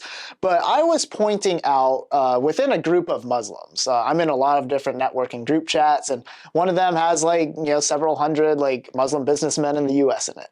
And I was in that group chat and that topic was being discussed. So I pointed out the reason why I think the pro-Palestinian movement is losing their argument. And it comes to that hate and division. Like, you can see, like, there's all sorts of debates going on about the subject, and I completely understand both sides of it. Like, I understand, like, there's a separation between the Jews and the Zionists and the elitist side of that, and then, the corruption within... Oh, probably hit the timer on there. Let me restart that. Let's do this. So, again, like, I understand the separation between the Zionists and the Jews, and the corruption within Iran and their proxy states, like the Hamas, for example, right? Obviously, they're a terror organization. They're a government that was voted in by the Palestinian people. But when it comes to the whole argument, I noticed in particular the pro-Palestinian side is causing much more division because they are so enraged and, I mean, to be honest, like, I understand being enraged. Like, if your people was oppressed by the Israelis for so long and, you know, there's all these like war crimes happening, hey, I get it. Like, Israel has done some bad things. But this hatred causes a lot of the people on the pro-Palestinian side of the argument to say some crazy things. And in this group chat in particular, like, I had seen people talking there like, you know, Hitler might be right. And Damn. like, yeah, fuck the Jews, and praising like some of the recent, let's see, we had a Hamas leader that was recently killed. What was his name? Is like, ooh, do you recall the name? I think I saw it, but I don't recall. Yeah, there's a couple of, there's a Hezbollah leader that was recently killed, Hamas leader that was recently killed. Like, known terrorists, like, have committed crimes, not only against, like, people of the West, people in Israel, but their own people too, you know, and they're getting praise. Like, you know, they died heroes, like people like Andrew Tate, which I admire, people like Dan Bilzerian, which I admire, going out online and praising these terrorists, saying they died heroes. And I'm like, how can you say that though? Like, I understand that in a lot of their perspectives out in that region of the world, like, they were heroes because they stood up to, you know, a regime that's trying to oppress them or whatever. But when it comes to us in the West, because if they do want to make change, they need to really appease the Western point of view on that situation. So like when you see all these pro-Palestinian marches and protests going on in the US, people on the pro-Palestinian side of the argument saying things like Hitler might be right, well, that's putting people like myself, who are kind of neutral and just observing from afar, questioning like, well, when you say stuff like that, that's going to make me think maybe Israel's right, you know, which I don't think they are. But I'm trying to explain how perspective is everything. And when you put yourself out there with such anger and hatred, that is almost threatening to a lot of people. Like, just down the street at the Irvine Police Department, I remember witnessing a pro-Palestinian rally, and mixed in with the crowd was Hamas flags. I saw an ISIS flag, and I think some of these people didn't even realize what those flags were. But we have this idea in America, like, the war on terror has really like made people develop this almost irrational fear of like Muslims, basically, because of the whole war on terror. And with pop culture, we had movies like Jack Bauer 24. Have you ever seen that? Of course, yeah, I loved it. Yeah, you know, pop culture shows like that, very popular shows and movies like depicting like celebrating violence. Yeah, like, oh, Muslims are terrorists and stuff. So, like, uneducated people, again, most people don't pay attention to things in the world. So, uneducated people, they have all these ideas implanted in their head. We're talking about how perspective is developed earlier, right? Like, why people develop Trump derangement syndrome. It's because most people aren't paying attention to, like, actually learning what is reality and what's not. So, in America, we have a lot of people who are already on the side of, they have this idea that most like Muslims are terrorists, right? So then when the pro-Palestinian movement is saying things like Hitler might be right, people are holding up terror flags, that is only hurting their argument. And they're not going to gain the Western support that they need to inflict that change. So I was bringing up all these issues in that group chat, and at the end of it, everyone was in agreement. Like, you're right. We do need to change the rhetoric if we want other people to understand. And that goes back to our conversation of demonizing other people's points of view. Yeah. Because initially, when I was bringing up these topics, it was like heated towards me. And I was in the defense. Like, oh, what, you like pro-Israeli? Like, you know, you Jew? You're supporting genocide, whatever? Like, no, I'm neither. Like, I understand that, you know, Zionists have done some crazy things. Like, we were speaking about Dick Cheney earlier, you know? Like, it's almost obvious when you look at the evidence, like, he's a Zionist. And that's part of the reason why we went into Iraq and falsified this whole thing of weapons of mass destruction, right? So I'm not, like, pro anything, but I'm just pointing out the deficiencies in their argument, because at the end of the day, a lot of people are dying over there, and there's not positive discussion being had. Yep. So like Piers Morgan interviewing Andrew Tate, for example, Andrew Tate's all angry and mad about the situation. And Piers Morgan's like, why can't you just acknowledge Hamas as a terror organization? And he refused to do so, and instead changed the argument of how evil and terrible the Jews are, which then sounds anti-Semitic, and it's going to push people away from aligning with that idea. Yeah. So that's why when we first talked, you're discussing how you like to bring people together and have discussions about political topics, uncomfortable topics, so you can actually have a good resolution to real problems. Yeah. And I think that's the direction that whole pro-Palestinian movement needs to go itself, if there actually needs to be some real change. Yeah, I mean, look, I'm not particularly educated on the Palestine-Israel thing. My general view is we need to stop terrorists. We don't need to stop them by bombing civilians. So we need to resolve the situation peacefully. I'm always pro-peace. Like, I totally understand the position of Palestinians who are upset and feel like they're just being, bombed out by the bigger dog. And it's never okay to support more hatred by saying Hitler was right. Similarly, it's not okay for Israel to be killing people in the amounts that they're killing them. And I know people say it's war, but we need to evolve how we do war then. Yeah, exactly. And I also look at what's happening and I'm like, okay, well, is this actually solving the problem? Are you not just creating a new generation of radicalized terrorists who are going to strike back at you eventually? So this is just my rough-hewn layperson perspective on it. It is valid, though. It is. But it's like, if you eradicate hate with violence, do you actually eradicate it, or you just suppress it for a later day? And that remains to be seen, but it just doesn't feel like a constructive solution to the real problem. And yeah, it leads to demonization. I mean, I think I saw Dan Bilzerian's, he put like a poll up, like who's the worst ethnic group, and it was like Jews, or it was very bizarre. And I was like, dude, like I guess I can see how you could get here, but holy shit, this is, do you think this ends with love? Right. No. do you think this ever ends with love? It can't. Right. So I think a lot of the time when people become so incensed and passionate about something, they think anything is justified to get the result that they want. But if you inject hate in the result, then hate is the result that you'll get. And that goes for war, that goes for anti-Trumpism, that goes for anti-communism, anti-fascism, like anti-anything is a hateful position. And hate does not produce love. Now, sometimes there's a necessity to defend yourself and set a strong boundary, but what we see is people become extremized, and all of a sudden we start to be disconnected from the humanity of the other person. And it's crazy to see that happening in America. It's like, just today, I mentioned to you at the beginning of this podcast, I was dealing with a bunch of hateful comments because I did a podcast with someone who has a liberal audience, and most of the comments, I looked at that and it was interesting because most of the comments were not actually about what I factually said precisely.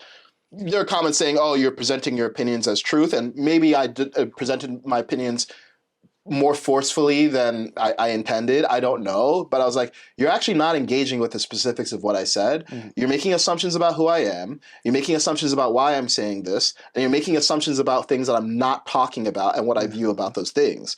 So what we don't seem to appreciate is that whether you're online or you're watching someone on the news or you hear something about someone's opinion, these are all people. And no one is doing evil intentionally. Right. Everyone believes that they're doing good. Some people might be confused, and we need to help them, but you don't heal confused people with hatred. Yes. And that's what's going on. It's like they don't even see how they're being hateful. Like when you call someone a name online, when you tell someone that they're this extreme faction, when you label them with an ist or an ism, that's all hatred. Right. It's more minor forms of hatred than physical violence, but it's all hatred. So I see this on both sides.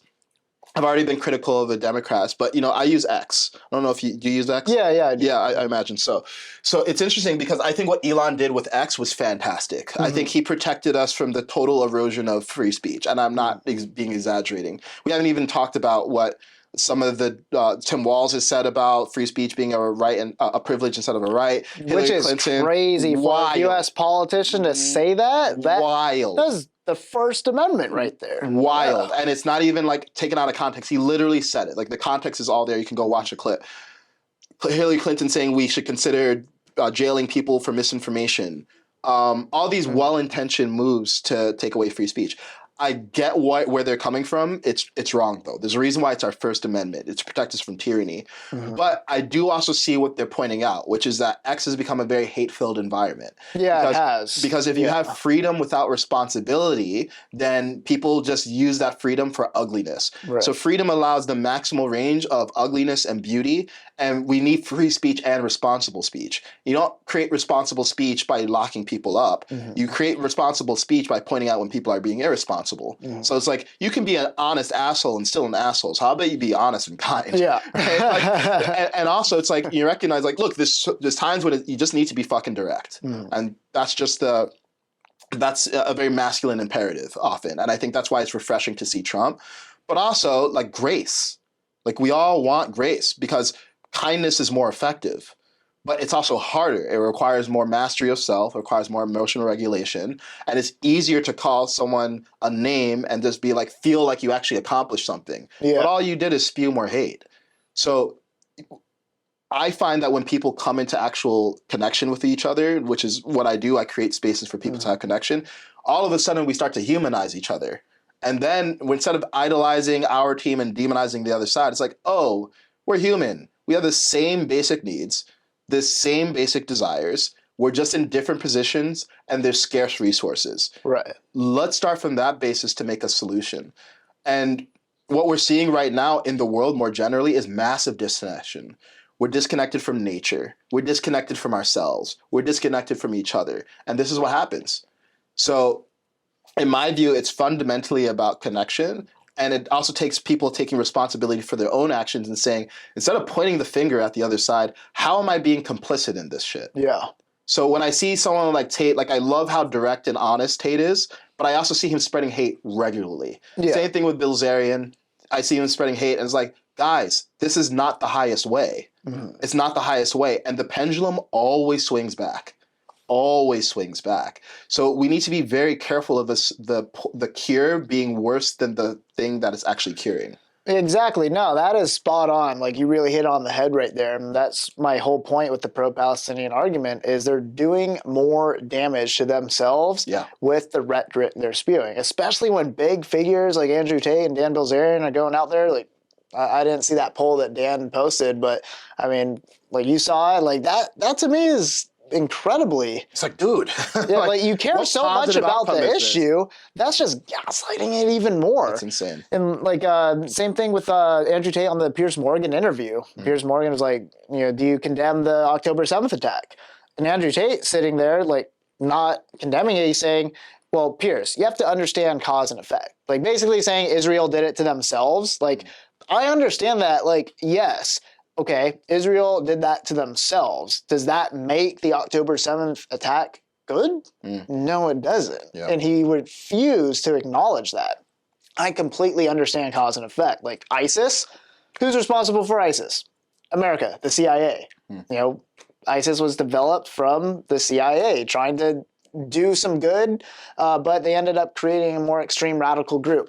Does that mean that ISIS is justified in all of the atrocities they committed because America created ISIS? No, not by any means. Hamas was established because of Israel's policies and, them stepping on the toes of the Palestinian people. Does that make it right for a bunch of terrorists to go cross the border, murder, gun down innocent civilians, raping women, killing babies? Of course not. No, of course not. Yeah. And that's like the whole point. Like, I understand that happened because of what Israel did and their policies, how they enacted their will on another people. Yeah, I get that. That's going to create terrorists. Like you pointed out, the more people that got bombed over there, the more terrorists are going to be created. Yeah. Naturally. Yeah. But does it make it right? No. And that's what Andrew Tate, Dan Bilzerian need to acknowledge is that's not going to solve anything. Yeah. And it's like, where does this end? Exactly. Right? If it's cause and effect and we just keep on introducing the same effects to the same causes, it only ends in annihilation. So, Right. it's like I look at what's happening to the Palestinians in Gaza and I have sympathy for that. And I really hope a new crop of terrorists doesn't arise from that, right? Because that would just be perpetuating it. Because then that new crop of terrorists, then they attack Israel even more. And then Israel seeks to The thing is, wipe it them out. will. There are more terrorists that are going to be developed because of what Israel's doing. They're going to commit more attacks, and then Israel is going to be responding. Like when Israel went into Lebanon, like, sure, that's a terrible thing that happened. Like, obviously that's a huge push into a much larger conflict. Innocent people are dying, but understanding why they went in, like, they're being attacked. Yeah. Naturally, they're going to respond. Like, if it's their fault in the beginning, like, hey, sure, yeah, they're to blame. But the more it prolongs, the more just cause and effect you're going to see from both sides. It's a never-ending spiral until one people is completely eradicated. And that's why war has been going on in the Middle East for thousands of years. Yeah. And it's not going to come to an end anytime soon. But if the pro-Palestinian movement wants Westerners to even just look into their cause, they got to stop spewing the hate, because most Westerners just don't fully understand it. They see a bunch of angry Muslim people like screaming death to Jews, and they're like, ooh, like, I don't understand the situation, but I know I don't want any part of that. Yeah. Yeah. And, I think it's incumbent on members within the community to enforce standards within the community. Because there are certainly pro-Palestine people who are peaceful, who 100%. They just want peace. They don't want more killing. And it's incumbent on those people to speak to their compatriots and say, hey, look, you're actually getting in the way of our movement, right? Like, and they're going to listen to their peers in a way that they're not going to listen to an American. So that's why these conversations are important. And, part of the reason you invited me on is because I'm just opening up sensitive conversations. And it's like, we have to. Yeah. We have to. Most people are too afraid to. They're afraid to, but what's the alternative? The alternative is what we see. Yes. So it's like, yeah, I know it's uncomfortable to talk about shit, but it's like not talking about it's not solving the problems. So that's what it is. Like, whether it's Israel, Palestine, Ukraine, Russia, the border, abortion, whatever, we got to talk about it. Right. And it can't be like you said, oh, well, you're a man, so you don't get to, have a say. It's like, that's toxic. That shuts down conversation. You're a human. This is a human issue. Do I think that women should have more say because they have more reproductive burden? Sure. But I'm not going to say that men have no say. That's ridiculous. Yes. Right? And men and women need each other to remain in balance. Because if it's too male of a perspective, we get problems like disconnection and lack of empathy. When it's too female, it can get really chaotic and only feeling based. Right. And we see this disconnection between men and women that's causing massive problems. So yeah, look, it's like, it really is as simple as we need to learn to talk. Like, we got to learn to talk to each other, and basic communication, communication and emotional intelligence. Actually, I think that's the kind of intelligence that we don't have. It's not taught. It's not prioritized. And I think, look, logical intelligence is great, but I made a post. It's a bit divisive, just saying that I think Democrats tend to be smarter. Republicans tend to be more mentally healthy. Now, it was interesting to see the response, because I think a lot of my following is more pro-Republican, pro-Trump because of the content I've been posting. Yeah. And a lot of them took issues like, what do you mean Democrats are smarter? It's interesting that you view being smart as more important than being mentally healthy, because none of you are taking umbrage with the fact that I said Republicans tend to be mentally healthy. And personally, I would rather be mentally healthy than smart. As someone who's been mentally unhealthy and smart, it's not a vibe. Yeah. But the point is, we need both. Like, it doesn't really fucking matter. Like, I looked at there's some studies that suggest that Democrats certainly are more educated on average. Oh, definitely. IQ. But just because someone is educated doesn't necessarily mean they're smart. I personally know some very highly educated people, some Harvard graduates, Yale graduates, doctors, lawyers, really like smart people in a lot of subjects, but sometimes when it comes to some common sense things, complete fucking morons. Yeah, and here for sure. Yeah. And I went to school with some of them. And smart is a really poorly defined term. I was talking about IQ, just literally on IQ. And I think there's probably multiple types of intelligence. I think common sense is just different than intelligence. I think common sense is like just being in touch with your senses. Well, the way that IQ is measured, I could totally see that being a true statistic. Democrats probably have higher IQ. Yeah. Yeah, and I wish I just said more educated. But the core point is, everyone has a gift for you that is outside of your perspective. And there's like a lot of hubris and entitlement to truth as if truth is exclusive to one group and that the other group is completely crazy. And that's not true of the Democrats. It's not true of Republicans. And if we don't actually learn to work together, we will die. It will be extinction because we have serious existential issues that go well beyond November 5th. And if we don't get our act together, like, we're just not going to make it. Right. Well, look at the population decline in the West. Yeah. I know specifically for white Americans, it's the worst birth rate in history. So white Americans in particular are just not reproducing.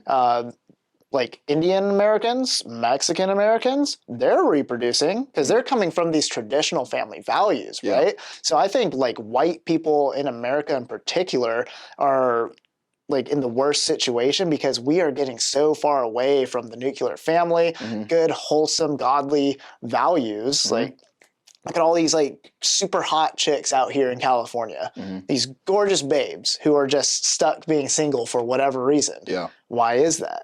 Like, it traces all the way back to the sexual revolution and the feminist ideology. And that became so prevalent and toxic. Look what was born out of that, the red pill movement. Yeah. So you see something, there's always like an equal force, right? Absolutely. So that's, I think the red pill movement is like the equal toxic force to the feminist, like, pro, free women's bodies movement, right? Both of them don't agree with. But I do think the red pill movement has had some great effect on society being able to change views when it comes to these sociological sexual dynamics between men and women, dating, relationships, because that's all very important because that all contributes to repopulating, right? So what happens when eventually like other cultures outpopulate us? Where do we go? You mean white people in particular?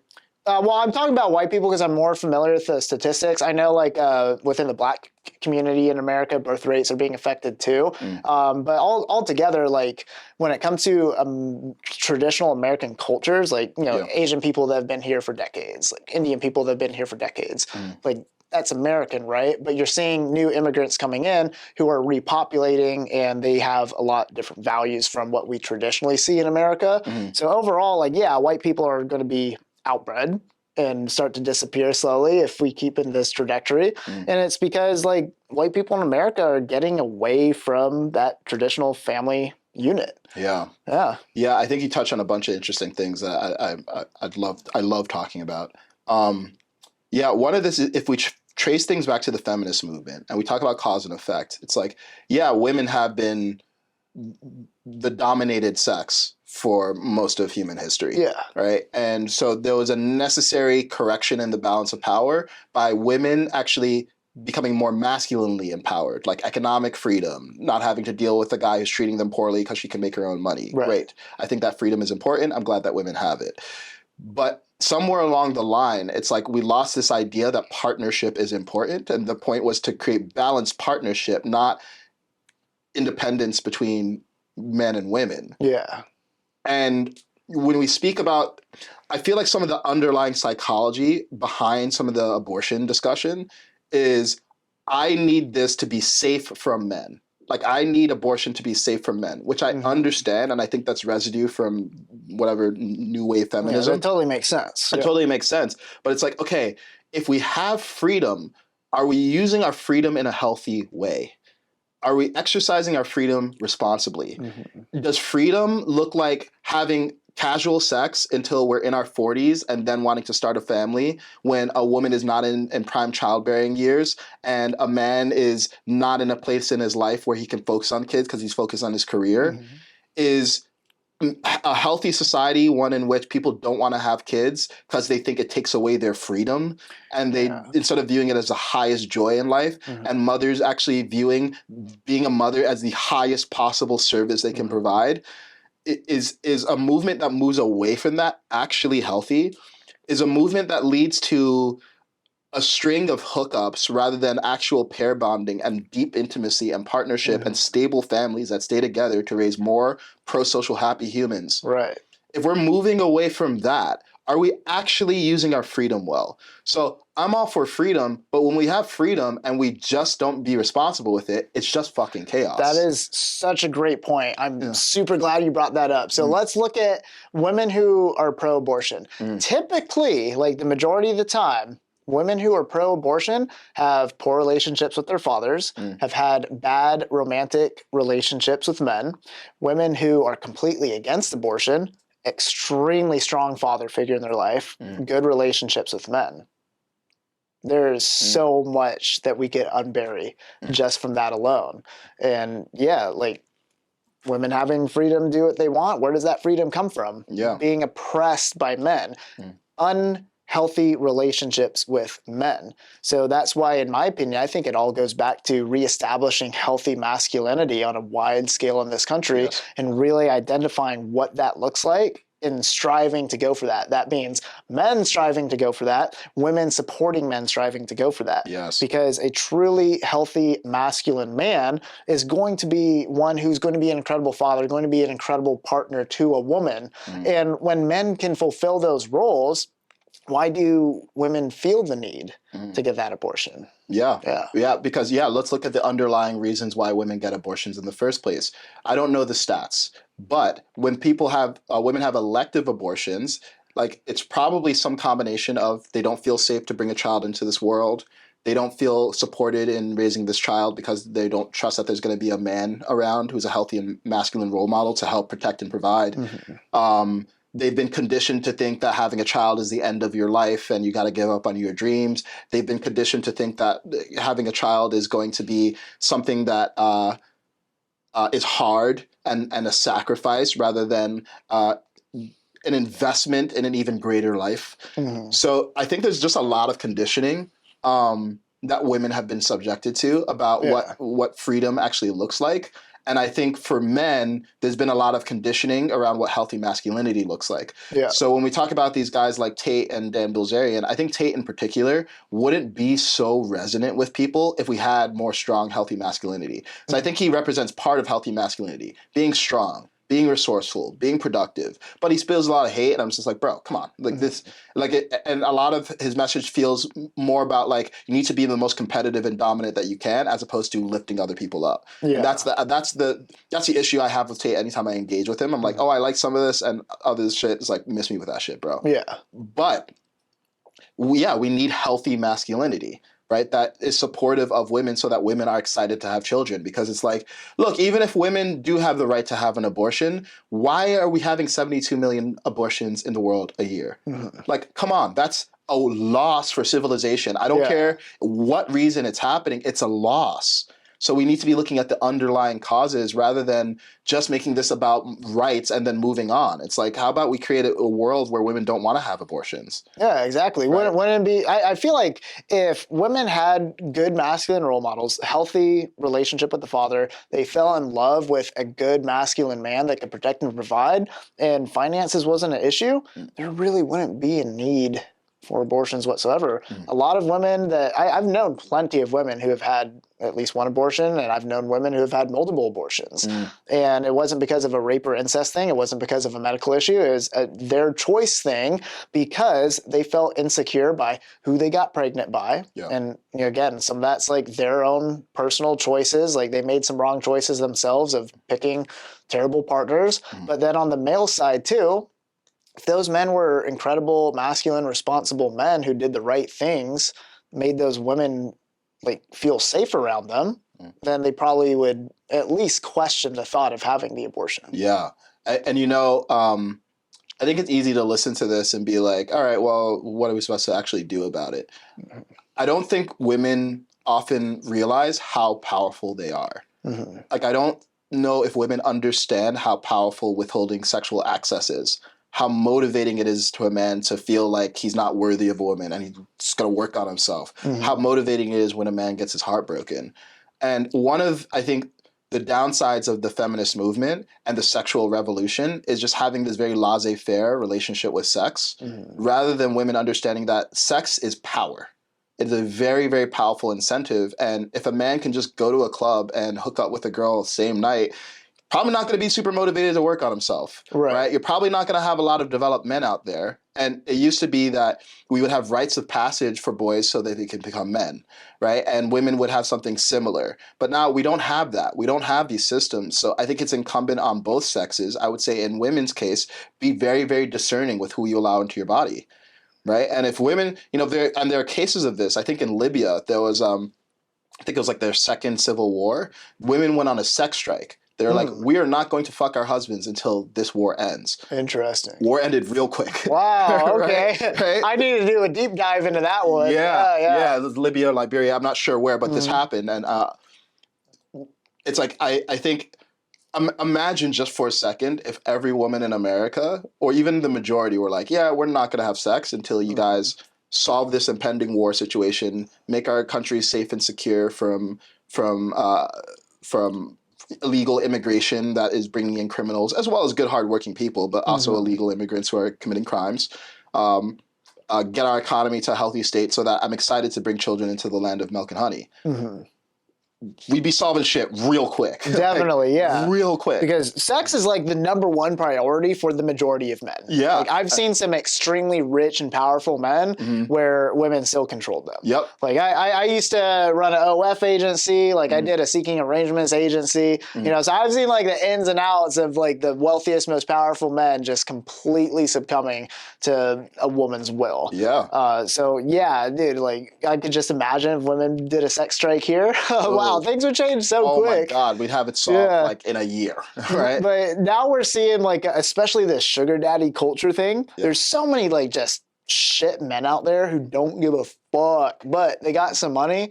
So they'll be like, all right, hey honey, I know you don't like me and you never talk to me otherwise, but I'll pay your rent if you come spend the night with me. Yeah, which is prostitution. Yeah, essentially it's prostitution, right? It's called like sugar baby, sugar daddy culture, So it's like, that's just like some titles they put on it to avoid the title of being called a prostitute, but essentially that's what it is. And it's so prevalent out here in California, especially LA crowd. I only know a handful of girls from the LA crowd who don't have some type of sugar daddy in their circle. Like most of the girls that I know in the LA crowd, they'll like have boyfriends, but still like a couple sugar daddies who are like paying for their bills and stuff. Jesus Christ. Yeah, that's wild.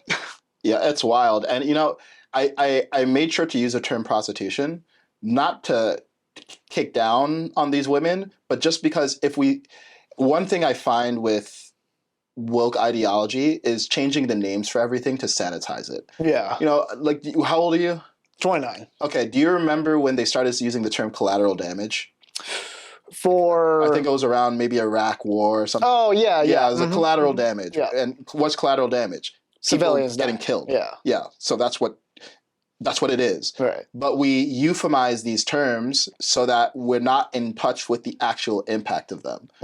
And a lot of these terms, like, oh, it's a sugar daddy. It's like, no, you're prostituting yourself. Yeah. And no judgment. Like, we all do things on our path of being human, but like, if we don't call a spade, then we're not going to be incentivized to inspect it and if necessary, correct it. Definitely. So like collateral damage, even the term abortion or sugar daddy or all these terms like, or gender affirming care, like all these terms just like, they confuse and dissociate us from the actual impact of what's happening. Gender affirming care is a child sterilizing themselves so they can never have a kid themselves and cutting off mutilating their genitals. Yeah. That's what it is. Abortion is killing an unborn child. Having a sugar daddy is having a man pay you for sex. Collateral damage is killing people. I think sometimes when people hear the rawness of what these things actually are, they get triggered because they feel like they're being judged. But it's like, no, this is not about judgment. It's just about showing you this is exactly what you're doing. Are you okay with this? Right. Are you okay with this? It's not about even taking away your rights. Are you okay with this? Yeah, all these words that people use, it's just fluff. Yeah. Like, I love the collateral damage example because, I remember back in the day, Obama would be like, yeah, we launched these airstrikes. My military advisors suggested there'd be minimal collateral damage. Okay, minimal collateral damage. That sounds real nice. Like, okay, cool. They're minimizing the collateral damage. And what essentially is it? Like, there's still kids getting blown up and terrible things like that, right? Mm-hmm. And then, like with the whole sugar baby culture, it's prostitution. You know, I know this one girl in particular, not going to drop names, but she's got to probably have like a 200 body count or something like that. Wow. And she lives off of sugar daddies. That's like Olympian level sugar daddy. No, she's like an Olympian sugar baby for sure. And she goes on Instagram and she'll post like, you know, like with her fancy jewelry and stuff that's paid for by a sugar daddy, be like, yeah, you know, being successful is such hard work. And she only like rides Uber Black, you know. And I'm thinking like, Oh, man. it's because like you're selling your body for sex. Yeah. And I feel like it's just completely disgusting. And she'll say like I've heard other girls be like, you're a hooker, you know, and when they argue and stuff, you know, it's funny. And she'll be like, they're probably doing the same thing. Yeah, they're probably doing the same thing on a different scale. Maybe it's like, oh, they'll go to Hawaii with a guy. He's like paying their rent so they could go travel for a month and stuff. It's just another form of it, you know? And I'm not shaming women by bringing this up. I think it's disgusting that, you know, women want to do that, but I think it's equally as appalling for men to want to do that too. And arguably even more so because men are supposed to be the leaders. And those men that are opting to having to pay women for their attention, those are like the lowest forms of men in my opinion, because they're not doing the things to work on themselves to naturally attract women. Like when I was poor, I was getting women left and right. You know, like I'm much more successful now and I'm still getting the same amount of women. And it's not because I'm making more money. It's like, it's who I am. Like I've always naturally been able to attract women. But a lot of these guys who have the sugar babies, they've never done anything to work on themselves. Yeah. Some of them were like virgins until they were 30 years old, had some money in their pockets, you know? Damn, that's crazy. Yeah. Yeah. You know, I have sympathy for those guys because I'm somewhere in between those guys and you. Like growing up, I've always had women attracted to me, but I didn't know what the fuck to do with them. Like I didn't receive good guidance from my parents on how to deal with women, and you know, went through lonely periods and even dabbled with like escorts and stuff, just a little bit here and there. And it's like having that experience showed me, oh wow, you know, I found myself, developed myself, you know, learned to navigate that. But I can see how it can feel really hopeless for a lot of men. Oh, definitely. You know? And that's a very brave thing of you to be able to admit. Most men like would never admit that. So definitely kudos to you. That shows that you do really care about improving yourself. And that's the whole point of this conversation here is men need to be able to improve themselves, work on themselves. Yeah, thank you. Yeah, and you know, it's one of those things like, oh God, do I even say it? But I think it's important because I think sometimes people feel like when they see people that they feel inspired by, they feel unrelatable to them. And it's like, look, I've been through dark times. I've been through hard times too. And it's like the decisions I made were still unhealthy, right? And I'm not going to be like, I'm not going to shame myself, but I'm also not going to whitewash it and be like, oh, it's healthy. It's like, no, it's not healthy. I mean, to be completely honest, if anyone is ever going to call you out on that piece, they got no room to talk because I can tell you hands down, like I've seen firsthand A-list celebrities, almost every single like major rap artist. Wow. That's all they do. And they rap about it. Yeah, they DM girls and they'll be like, "Hey, baby, I got 10 bands for you and a plane ticket. You fly out here, and it's yours." Yeah, I've seen that firsthand. I've seen politicians. Okay, I have to be careful with names because like I came from private entertainment industry. You know, like.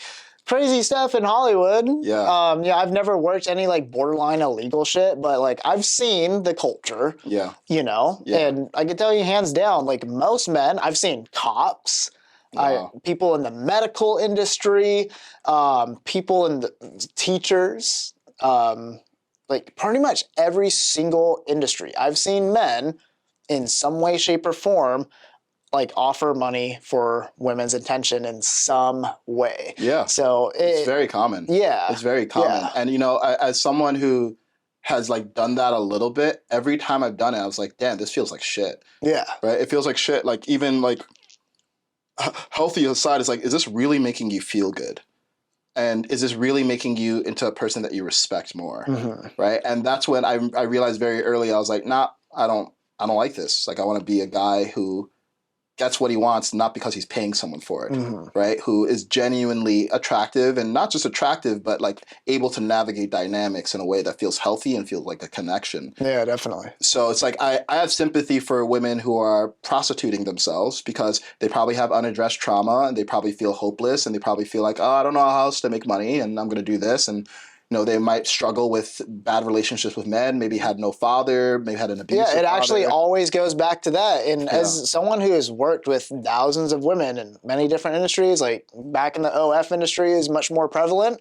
Women who are wanting to get an OFs never had a good father figure. In the seeking arrangements agency, same thing. Women never had a good father figure. Even like friends of mine, women that I know, I still work with women because I do like atmosphere modeling and stuff like that. And a lot of these girls who have these sugar daddies, they don't have a strong supporting father at home. Yeah. Every single time. It's so sad. Yeah. So it goes back to what you said, like the erosion of the family unit, right? Because if you have a strong family unit, and I want to talk about God because I think this is a really important topic too. Yeah. But like the family unit, like we're trying to create laws to solve problems with playing fucking whack-a-mole. Like what are the right abortion laws, and what should we do about transgender kids and all this shit? It's like that's not the solution. The solution is a cultural revolution. Yeah. Where we are taking responsibility for our health, for our happiness, healing our trauma, connecting with each other, connecting with nature, and connecting with God. That's what we need. So no fucking law is going to actually solve the situation. And it saddens me to no end that we keep focusing on, frankly, these very important but ultimately pretty trivial discussions about which candidate is right for this situation. It's like, we are the candidates we need to fucking elect. Yeah. Okay? Like, we need to choose ourselves and choose to do better. And we need to be practical. It's like, okay, I have freedom. How am I using my freedom? Am I actually making my life better? And if you're not using freedom in a way that makes your life better, then it's like, maybe we need to look at tradition and what people used to do, because there's a lot of things in tradition that work very well. Like this whole movement of everyone's this fucking like atheist tech employee 9 to 5 person who's on their fucking phone all the time. It's like, yeah, we're free to do all these things. Are we healthy? Yeah. And we're not. And it's getting worse. And somehow it seems like the obvious thing that we need to restore, like, the family unit, that's fundamental. Yeah. Family does way more to raise good, happy humans than the government ever can or should try. Vivek Ramaswamy actually said that. I think he's with Charlie Kirk doing a debate with college kids on a campus. Okay, cool. And one of them asked something about policy, like how can, the elected leaders like make the most significant change, whatever, something along those lines. And his response was pretty much exactly what you just said. It starts back in the family unit. Yes. And how does the family unit become functional? It comes back to the individual. Women being able to be the best women they could possibly be, figure out what that actually looks like. It's definitely not being a radical feminist and having sex with a bunch of men at bars on Friday, Saturday night. And then same thing for men. How can you be the best possible man you're going to be? Yeah. And there's a lot of things that go into it. And fortunately, I have some courses online that people can access to figure out how to be a better man. But overall, you got to just work on yourself as an individual, whether you're man or woman, and fix things in the family. Yes. And you know what's funny? People hate on Trump, but he seems to have a really healthy family. Yeah. Right. And he gets complimented by the Dems about his family too. Yeah, and that actually feels like a point that's being made minor when it's actually a significant point. Because if a man can raise a happy, healthy family, especially a man who is as productive as him, that says a lot. That his kids... Let's look at how respected he is from his children and his grandchildren, his children's spouses. The fact that he has so much respect from them shows that he is an incredible father figure. Yeah. Which says so much. Respect and genuine love. Yeah. Because, it's pretty easy to respect the guy in many ways because how much he's achieved, but it's clear that they actually love him. Like, they went into politics because of him. I listened to a podcast with Ivanka Trump talking about it. It was, like, actually really endearing to hear her talk about her father. So, I mean, look, he's not some paragon for family values necessarily because, he has his own shit. But I think we want to look at that as the priority. That actually says a lot about a person. And I want to talk about God for a second. Yeah, definitely. Right? This like the godlessness that we have. Just like with feminism being a natural reaction to women feeling oppressed and being oppressed for millennia, I feel like many people feel like religion, the expression of religion was very intolerant. So they decided, I'm going to leave behind this angry, judgmental God who's going to put them in hell because they're gay or didn't give enough tithes to the church or whatever. So I understand why people kind of abandon the institution of religion. Yeah, I've abandoned the institution of religion myself, but I feel closer to God than ever before. Exactly. And that's important because, look, religion is just time-tested cultural software that teaches us how to live a good life. That's what it is. I think even with the 10 Commandments, if you look at the 10 Commandments, there's a way of looking at them where it's just a good instruction manual for life. You're probably not going to have a great life if you're killing people. You're probably not going to have a great life if you're lusting after your neighbor's wife. You're probably not going to have a great life if you're putting money or status above God and taking the Lord's name in vain. So this movement to just like atheism or even agnosticism, which I used to be, is actually not producing healthy outcomes. And again, you can be free from institutions, but we still need institutions and structures. So freely choose what kind of operating manual you have for your life. And actually, what happens is if you don't have a God that's above you, then your ego is your God. And it leads to some very, very strange outcomes. Yeah. And there's a reason why pride is one of the greatest sins, if not the greatest sin, because it puts you above God. It's literally a lack of humility. And when you're not humble, you don't even see the destructive shit that you're doing, first and foremost to yourself. So it's funny, growing up, I used to view Americans saying God, family, a country is like, it's so like hokey. Like it's like white redneck thing. Right. And now as a grown man, I look at that and it's like, oh, there's so much wisdom there. Because you need God to give you meaning and comfort in your life, to protect you from just existential implosion. You need family in order to give you something to serve outside of yourself, to be connected with a strong emotional unit that can support you and provide social connection. You need country to stitch all of these families together so that we can create a great environment for all of us collectively. But what's going on right now? People hate the American flag. We have the shame of country. We act like starting a family and raising children is like the end of life. And we think that God is this horrible, judgmental, angry man in the sky, rather than recognizing that God is just the highest good you can conceive of. That's it. And we need something that's beyond us, that we aim toward. Yeah. So I think this is so important because it's almost like we think everything new is good and everything old is bad. I think particularly in California. And I look around, I'm like, damn, I kind of get when people are like, this is demonic. This is like satanic. It's totally. Yeah. It's especially in California, like LA culture is very selfish. It's very like prideful. And I actually do think pride is necessary and pride is a good thing if you give it back to God at the end of the day. That's my perspective on it, because I have a lot of pride, but I owe it all to God. And I think personally, like, you do need to have a little bit of pride if you do want to get places in life. And I think, again, this is like my perspective, and it does go against like the most teachings in Christianity and whatnot.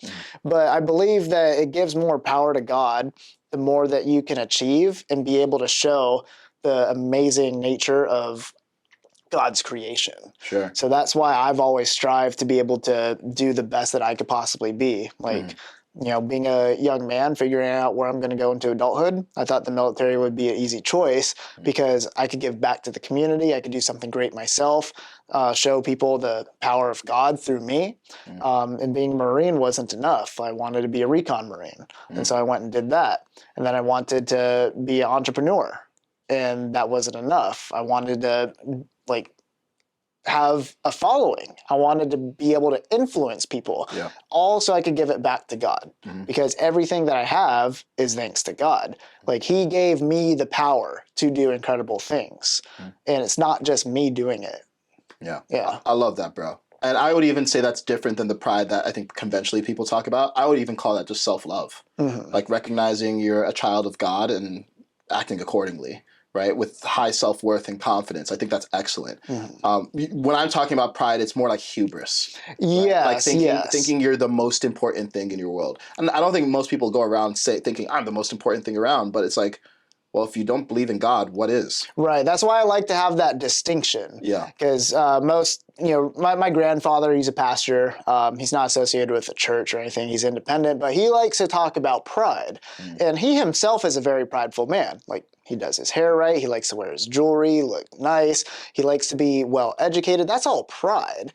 But he's giving it back to God. But he'll like speak in general terms like pride is bad, as if like, because you drive a nice car, you're being prideful, like you shouldn't drive a nice car. Like that doesn't make sense. So I say like, yes, be prideful as long as you're giving it back to God. Yeah, I like that distinction too. Yeah. So, dude, this has been an amazing conversation, Yes, brother. sir. I Yeah, think I love ending this segment on the topic of God is a perfect way to end it. I think we've been going for like 2 hours, if not more. So, yeah, thanks so much for coming on the show, man. Where can they find you? So you can find me on socials at That's Kaizen. I'm most active on Instagram, but you can find me on X and TikTok as well. And I'm a life coach who has a community called Courage Collective. So if you like these kinds of conversations about sensitive topics, about real issues, and you want to feel empowered to actually make a difference, it starts with talking to each other. So come join Courage Collective. That's amazing, man. Well, guys, that's been another Mastermind Monday episode. If you like what you saw, please be sure to hit that like button, subscribe if you're not subscribed already, and give me some feedback. Drop a comment in the comment section down below. Let me know what you think. If you'd like to see me do more content with this gentleman here, let me know in the comment section. I'm sure we can make it happen. With that being said, guys, see everyone next time.